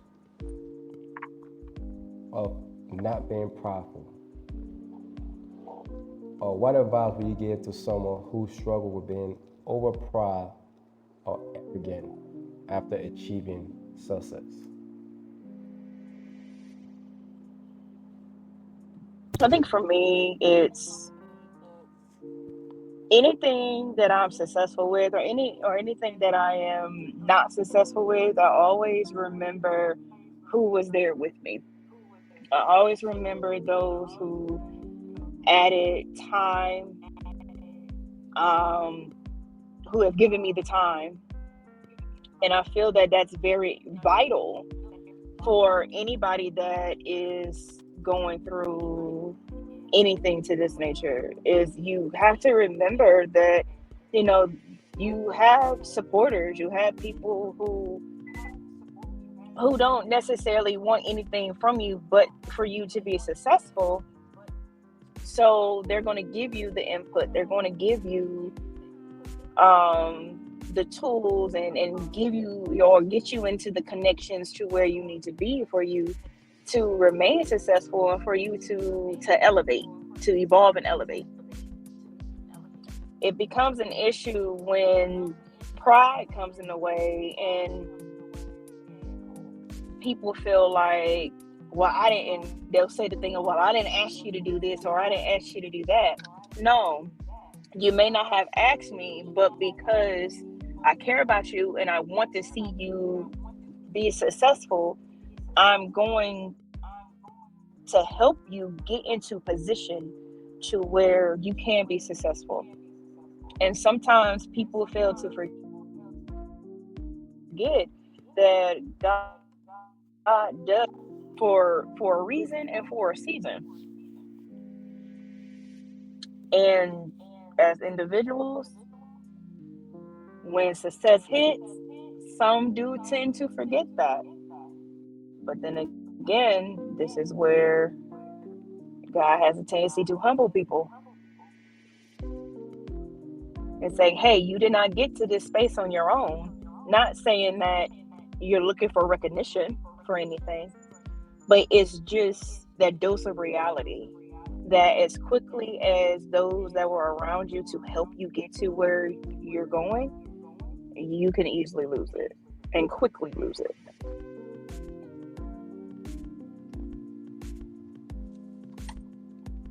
Okay, okay. But thank you for joining. Thank you very much for joining. Drive safe, and until next time, I All appreciate you right. coming on. It was a good topic. Thank you for having me. Hmm? Thank you for having me. Appreciate it. All right. But drive safe and have a good night All right, well, do. or a good day, whatever one is. It's night.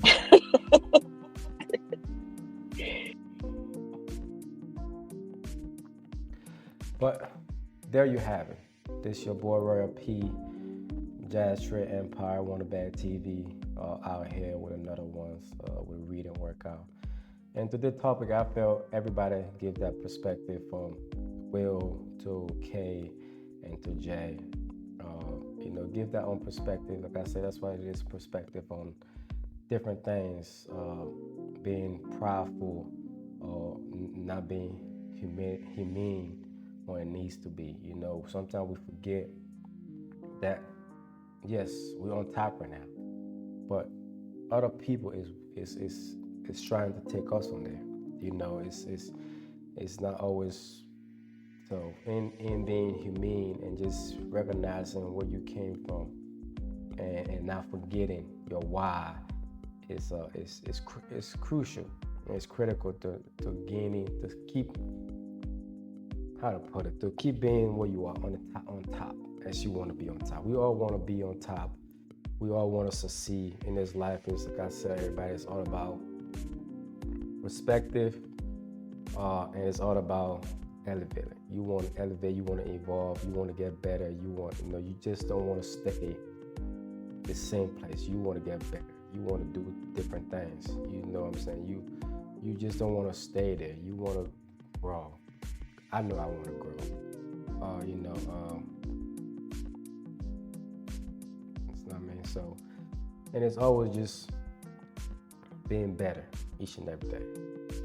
Just making each day counts, making each day better, and never forgetting the man above. Always put him center of what you have going on, and it's you never can forget that. You never can forget that. You cannot be so into yourself that you forget. A lot of people make money and say they don't need God no more. We all need God. We still need God. To this day, we still need God. Whatever we do, we need God because we don't do anything by ourselves. It's by the grace of God that we are alive. You know what I'm saying? So whatever perspective we might have, based on how we win or how we lose, it's it's our perspective, but it's always the truth to whatever it is. So like I said earlier, some people might say there's a lot of ways to go to God, but in the Bible, God said it Himself. There's no one way to come to me. So it's my perspective based on the Bible, and it's somebody else's perspective based on, I guess, that finance, or they're looking at that finance, they're looking at different things that they got going on, and they feel like there's a lot of different ways to God. But when the man itself can tell you there's no other way to me, and it's just me, I don't get it. I don't get it why people would ever want to think there's a multiple way to God. So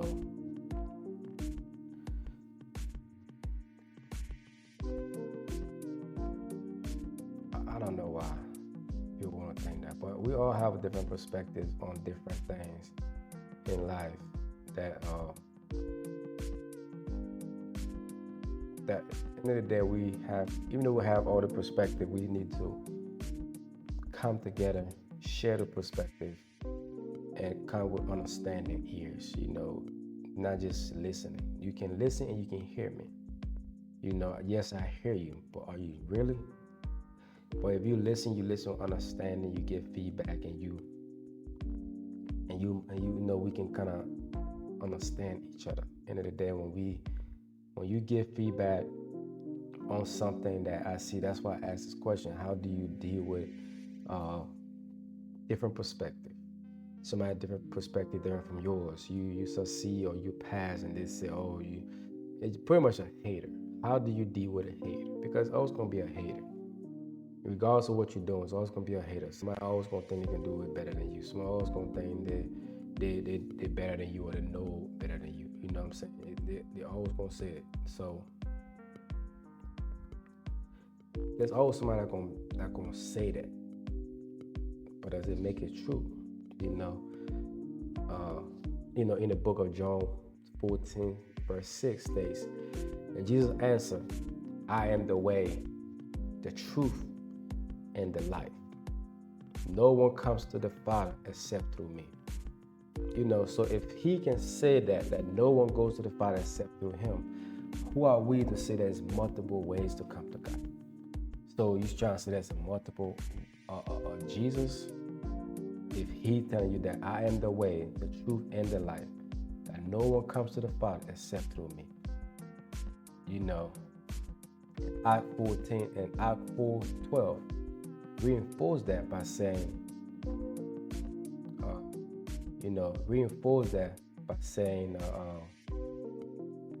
excuse me for a second, by saying salvation is found in no one else, for there is no other name under heaven given to men by which we must be saved.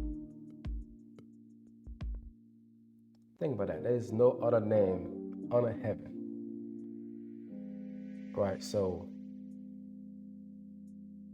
and it's the same way we had, if your perspectives on that, that's why a lot of people have perspectives on that as well. Saying there's different ways to heaven.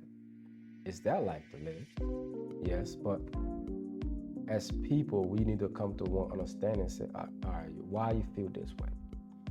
Because I can take multiple roles and get to the same job, but this role is a different role. It's a role by itself. It's a unique role that not just anyone can just goes to Him.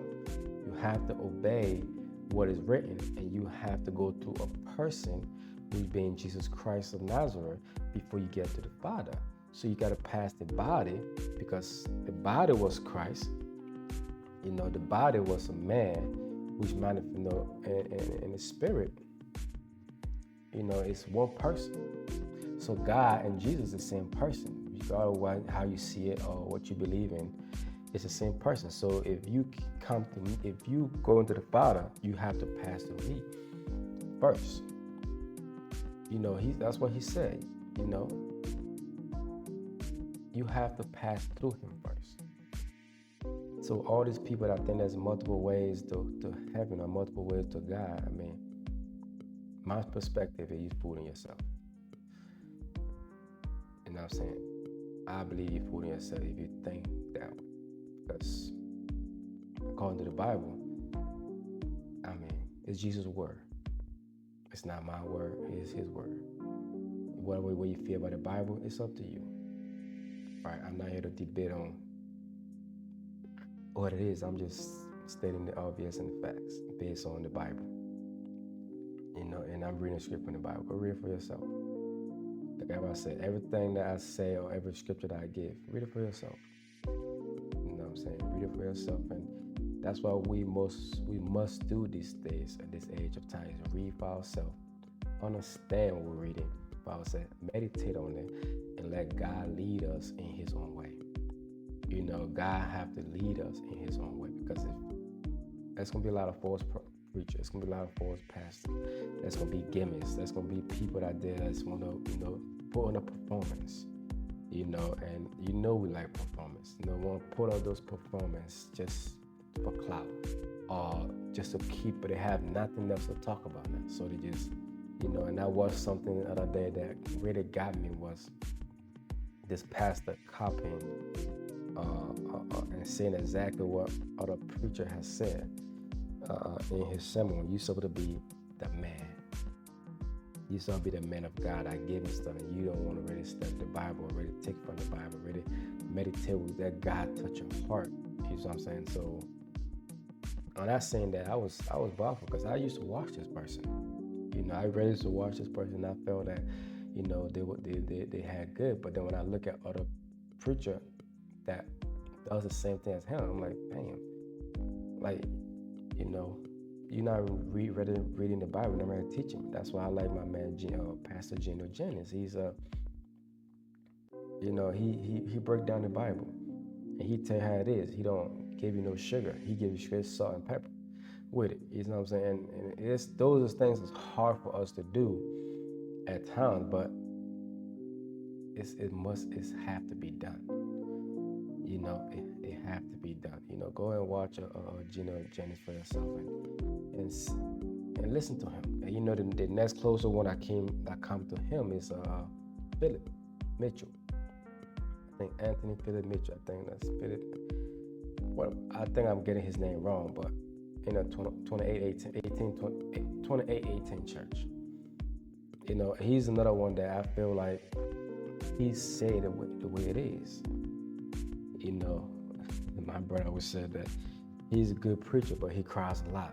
I just feel that he cries, but he's so, just in his bag. You know what I'm saying? He's in his space. He's just in that space that what he's talking about, he's so passionate about it that he's dropped those tears out. And he wanted the good based on what he went through and how his struggle is and what he has now in his life.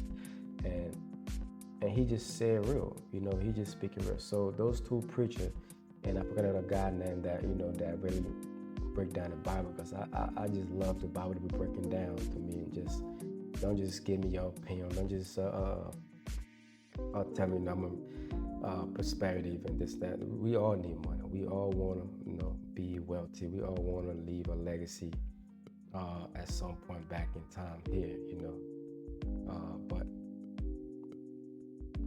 you just have to beat that. You just have to know the real, the authentic. It's just like you dating somebody and you don't know the real them. And when you find out the real them, you be like, damn, I spent my whole life for this. I did this for this.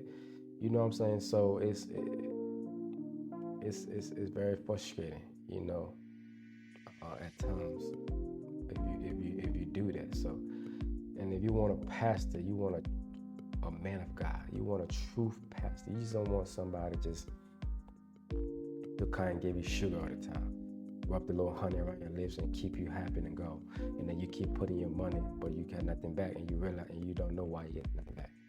So you want a true preacher, because the Bible said, "How will you know the words if you never heard?" And the Bible says everything is given for our learning and understanding. So if you let the false preacher, give you that false sense of security, it's your fault, because you're too lazy to read for yourself. You're too lazy to comprehend the Bible for yourself. You're too lazy to pray for yourself and let God, open your mind, heart, and eyes to see, what is there, and see what is not there, and to give you that understanding, to understand the truth and the lie. You know what I'm saying? If you don't do that for yourself, there's so much other people can do for you. So much your mom can do for you, pray for you. Yes, all the people can pray for you, but at the end of the day, you have to pray for yourself. You have to align with yourself. You have to get there for yourself. Like we all say, you was born here alone, you will die alone, right? So, and your mom not gonna be there for you when you being judged, right? You have to hold that. You just have to bite that. It's like when you go to jail. It's the same thing as like when you go to jail. When you commit a crime and go to jail, your parents don't go in jail with you. Sometimes a parent would take the charges for you. Nobody knows. But then when it come back that, their mom took the charge for you, you might still get that charge. Doesn't matter how long it stays. You might still get that charge back. So just read for yourself, comprehend for yourself. Don't let the things of this word, because it's hard. It's hard. For me personally, it's what I said too, is I'm not perfect, no means necessary. I'm not a preacher or anything. I'm just, like I said before, a child of God that is thinking out loud and willing to help other people create a different perspective on life. And I just want to kind of hear a different perspective. I heard 3 different perspectives today on the same topic. Some, like I said, some, give that perspective, and it kind of aligned with other people were saying. But at the end of the day, it was their own unique perspective. How they see it, how they perceive the word perspective, how they feel about it. If I even get some example about, if you at the job and you are going for a promotion or position at the same with this person, and you know that, or you think that this person's a slack hole, this person is like, hey man, I'm the better candidate for this position, and they don't give you, how would your perspective be? Will you slack off on the job, or will you keep on, saying, what, I'm gonna keep learning, keep pushing? When I was going for my position, a buddy of mine, told me, hey, you are the better candidate. But this is not the first position I went for that I didn't get. The other position I went for, I didn't even got an interview for it. Did I feel salty about it? Absolutely, because I felt I was the best candidate for that position based on my experience, based on my years of doing this job.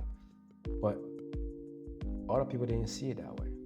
They saw me as, doesn't matter how many years you've been doing, you new here, right? And even though the other person never been there before, I don't think it been around a dog such a canine before. But my perspective was different. Now I could have easily slack off. I could have easily say, you know what, yeah, they don't like me. But I chose to keep pushing, keep being better. And when I read something one day, I listened to something, and it says that if you didn't get something, that's God's protection, and if you get it, that's God's blessing. And that's how I kind of see now. If I don't get something or get someone, I just feel that's a protection from God. Because who knows, if I go there, if I get it, how would I get it? And if I get it, that's God's blessing. Now it's God's blessing. Now I have to, apply myself to keep that blessing going. You know what I'm saying? And thanking you, because there's nothing I mean, nobody deserve his nobody deserve him. Nobody deserve to be here. We all sin, and we are not perfect by all means necessary. We all have our flaws, our ups and downs, our setback. We all have those things that can easily disqualify us. Can you imagine if we were being judged right now? How many people would be disqualified by amount of things? Can you imagine, like, each day before you go to bed and lay down, you get judged? Like, everybody get judged each day by how they live their life that day. And it pretty much is life or death. So if you get judged based on how your life was that day, how you lived your life that day, and if we feel like you didn't live it according to how it's supposed to be lived, you're out of here. How many of us do you think will still be here? You know what I'm saying? How many of us do you think will still be here? Because, like the pastor said in the commandment, if you hit your brother, you just commit a murder. You might not physically kill your brother, but just by not liking hitting, that's a murder by itself. I didn't say that. That's the Bible said. If you take something from your job, or you take something from someone out asking, and it considered stealing, you just broke one of the commandments. Thou shalt not steal. Thou shalt not commit false witness. When you go gossip about somebody, you just that's another one you broke too. You feel me? So it's a lot of things that we do that we really don't deserve to be here, but by His grace and mercy, we are here. My Munchkin always says that make today good, that tomorrow will be better. You can't live for tomorrow. You live for today. And pray and hope that God wake you up to see the next day, and that this day will be better than the last day. And that's always been my prayer, is to make the next day better than today. And when you go to bed, ask yourself when you go home. When you go home, ask yourself, did I do everything in my power? What did I learn? Did I help somebody? Did I do anything in my power to deserve this? To better my future, my kids' future, my family future. Did I do anything great? That's why Acts 4:12, reinforces this by declaring salvation is found in one else, no one else. No one else. For there is no other name under heaven given to men by which we must be saved. No one else. No one else. So when people say that, they just,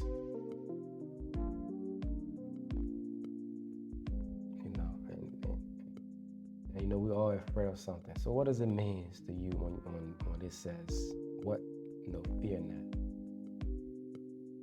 What does that mean? Fear not. What fear not means to you?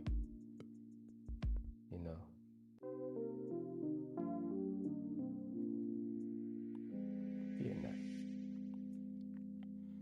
Why I'm not fearing? Because there's a lot of things in this world these days. You don't know. You walked out, you might have a script bullet. You do it, but and fear doesn't mean you're gonna live any longer. It's just like a lot of us, we are afraid to do certain things. We are afraid to jump. We are afraid to take our career to the next level. We are afraid to. There's a lot of things we are afraid to do.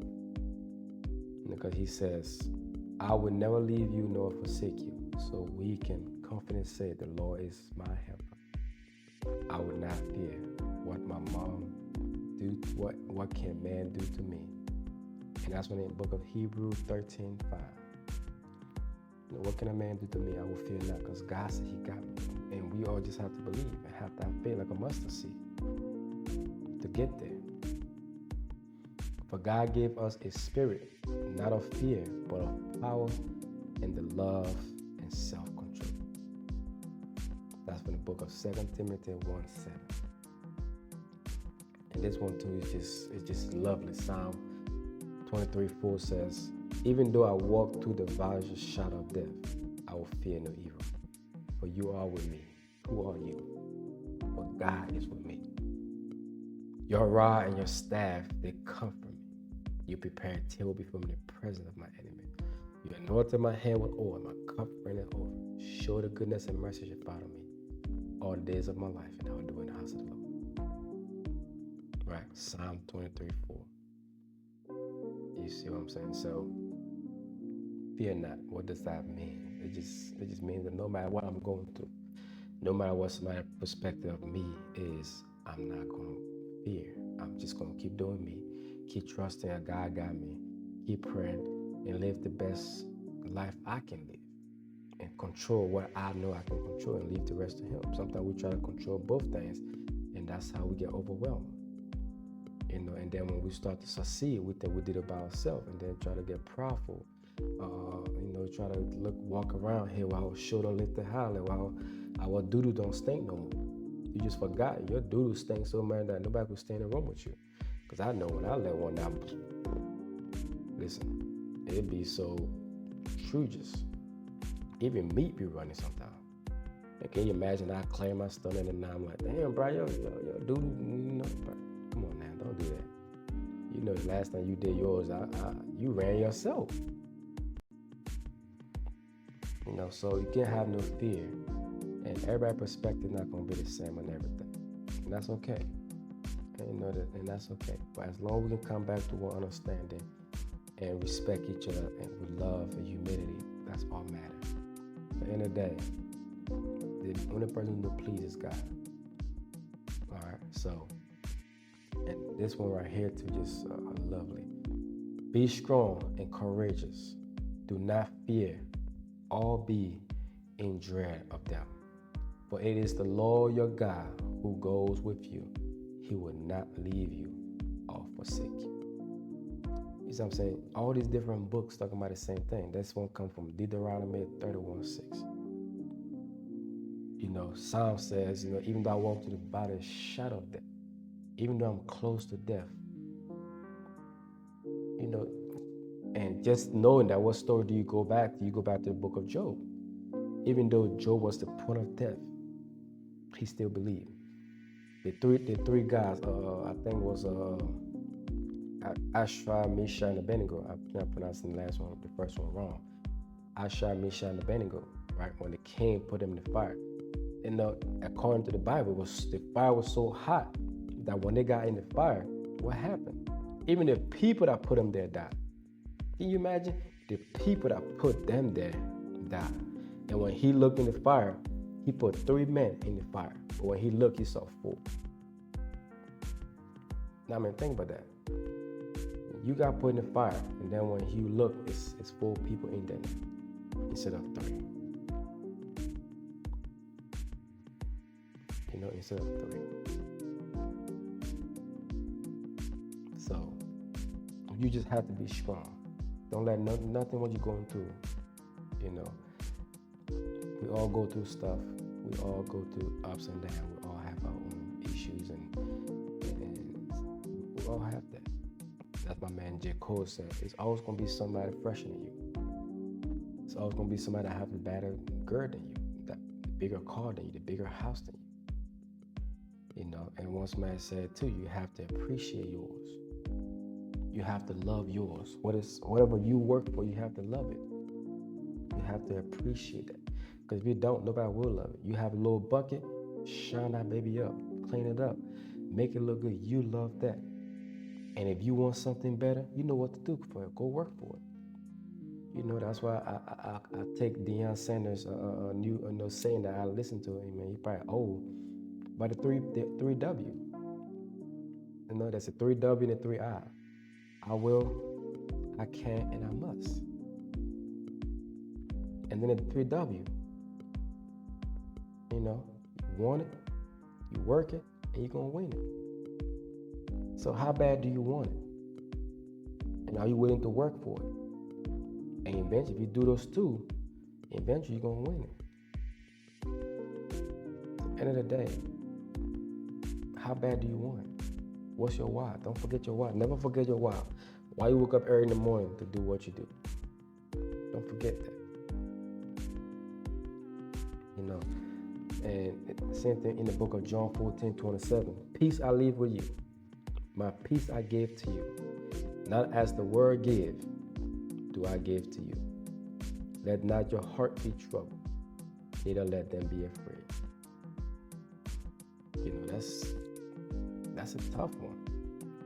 Because I myself here, I'll be lying to you if I say my heart don't be troubled at times. I'll be telling a big old blunt lie if I tell you my heart don't be troubled. If I tell you I don't feel frightened, you know, I'll be telling you a lie. But by the grace of God and the favor He poured upon me, that's how I put myself here. And the connection I made with people, you know. Not everybody gonna like me. I already realized that. I already come to realization with that. Not everybody gonna like me, and I'm okay with that. You know, when everybody like you, it's a problem. If everybody like you, it's a problem. There's always gotta be somebody that's gonna dislike you. That's just the reality of life. You know, the Bible says love your neighbor as you love yourself. And most times people would hit you because they hate themselves.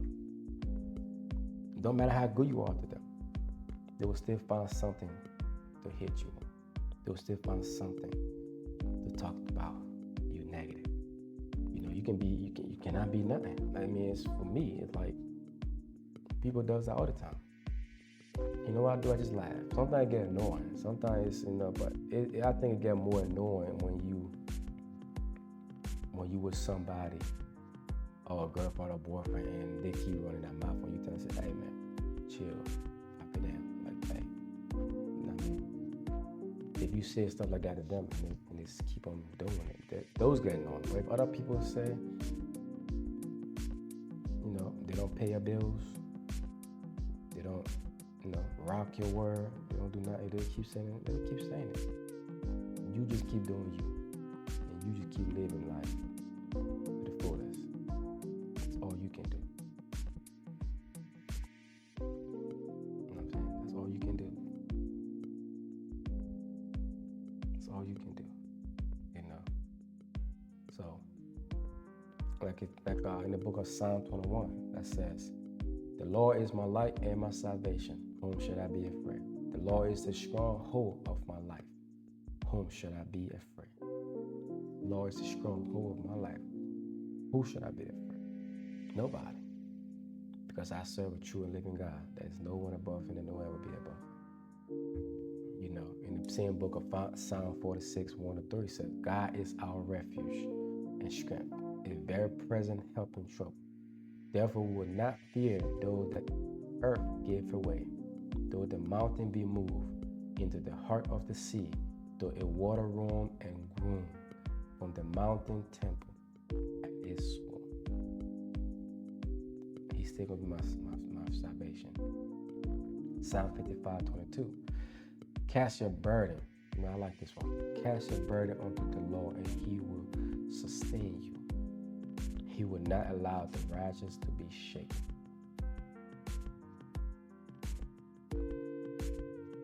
You know, put your burden on Him, not on man, not on nobody else. Don't try to look for anything anybody else or any man. Put your burden on Him. Whatever you go through in your mind. You know, how many times do you go in your closet and just talk to God? Not beg. A lot of times that's what we go for. We go in our secret place. We beg, "Oh God, I want this, I want that." How do you go in there and just talk to Him with your heart? Pull your heart out. What are you going through? Your mental state, your physical state, whatever you're going through that God need to help you on. Instead of just saying, "God, please give me daily bread today. God, please give me this today." How do you pull yourself out to the man in your secret place and cry and let your tears hit the ground? Talk to Him. Not try to use the big words. Just talk to the man. You know, He want to hear from you. Each and every day He want to hear from us. Every second, every day He want to hear from us. That's why He said you got to be consistent in prayer, no matter what. And then Romans 8:28 says, "We can rest in the fact that nothing's take our salvation. Nothing take our serving God. Nothing take God by surprise. There's nothing you can do on this earth that God will be surprised about it. Nothing at all.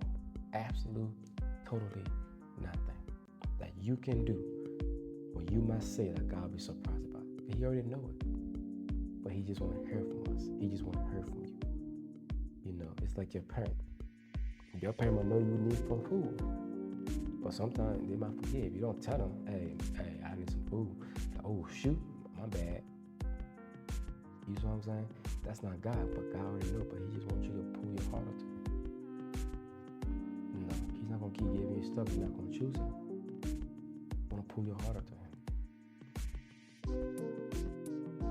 All right, so that's why it says there's nothing take our serving God by surprise.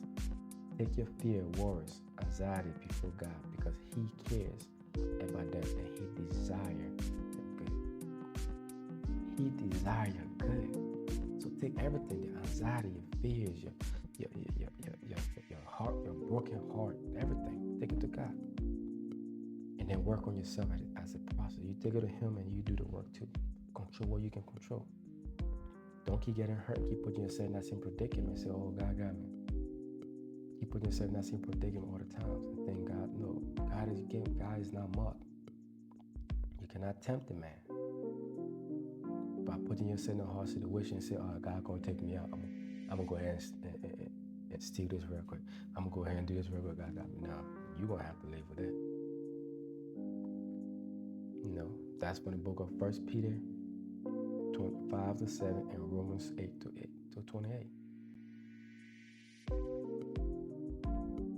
You know, the truth God words and His promise bridge the gap between the fear you feel and what you know to be the truth about God and His love for you.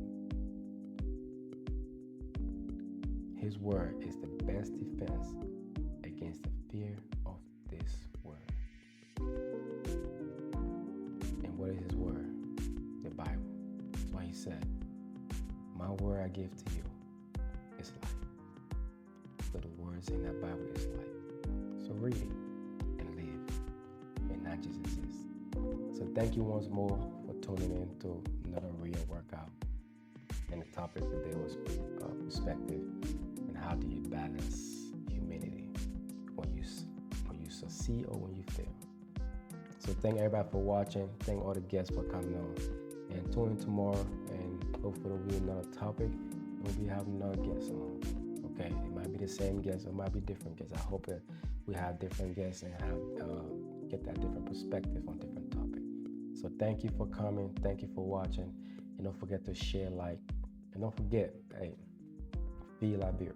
If you want to donate, anything you want to donate, clothes, shoes, money, anything you want to donate, you want to feed the great people, the great kids, and you know, don't just hit me up in my DM me, or go down to my TikTok, and DM me there, or Facebook, and DM me there as well if you want to donate in any way, shipping form, and you get proof of what the donation goes to. All right. So Jazz Tree Empire, you know, whatever you want to donate, you know, whatever you want to donate, give back. You want to give whatever you want to give back, you know, and your gift will be very rewarding, and you don't know, you're gonna bless somebody's heart. You're gonna put a smile on somebody's face, on a kid's face, you know, whatever you have to give, as small it is and as big it is. You know, you're welcome to give, and it's not going to me personally. It's gonna go to what it's going for, what it needs for the people. You know, those less fortunate than you are. Those where those things gonna go, not me and not the organization. All right. But thank you for watching Water Bad TV and on Facebook. Hopefully you can like, subscribe, and watch. And like I said, health is wealth, water is life, and God is above all. Like you can see down the screen, health is wealth, life is, you know, water is life, God above all. Focus on your mental health, physical health, and spiritual health. And I promise you, life will be a little sweeter as they go by. Stay true to yourself, stay true to the people around you, and celebrate the little wins. Don't always worry about the big one. Celebrate little wins. If you can't celebrate the little ones, you're not gonna be able to celebrate the big ones, because that's always start. It start little. When you was a child, you learn how to crawl, walk, and sometimes you learn how to crawl, and then you try to go fast and crawl before the time soon. And it's funny how when when a child is in an environment with another child, they tend to do everything faster. Why? Because that other child become that motivation, to get up and want to walk, get up and want to crawl faster. Some stubborn kids, but if a child is always that, or the parents is encouraging them, they tend to do better than a child that is not among a lot of kids, or parents not motivated. Like, all right, they're gonna walk whenever they walk, they're gonna crawl whenever they crawl. That's how we need that motivation for each other. We have that friends, that family. We need each other to do that. Okay, so that's why I'm asking if you want to help give back, to whoever, just anything you have to give back, just hit me up and we'll make that happen. And that you will be blessed and that we all will be blessed in the process. But thank you for watching. Thank you for listening. If you're in the Moravia area and you want some good cooked food, home cooked meal, hit your girl Yata Kamara up on Water Back Kitchen, and she got you down the Fenner community on Kakatan, Moravia Highway, just past Fenner community, the Library University on Fenner side of Library, down in Carisbrand, Liberia. Okay, and if you want a rental, hit my man Cassidy Kota. He was on live earlier with me.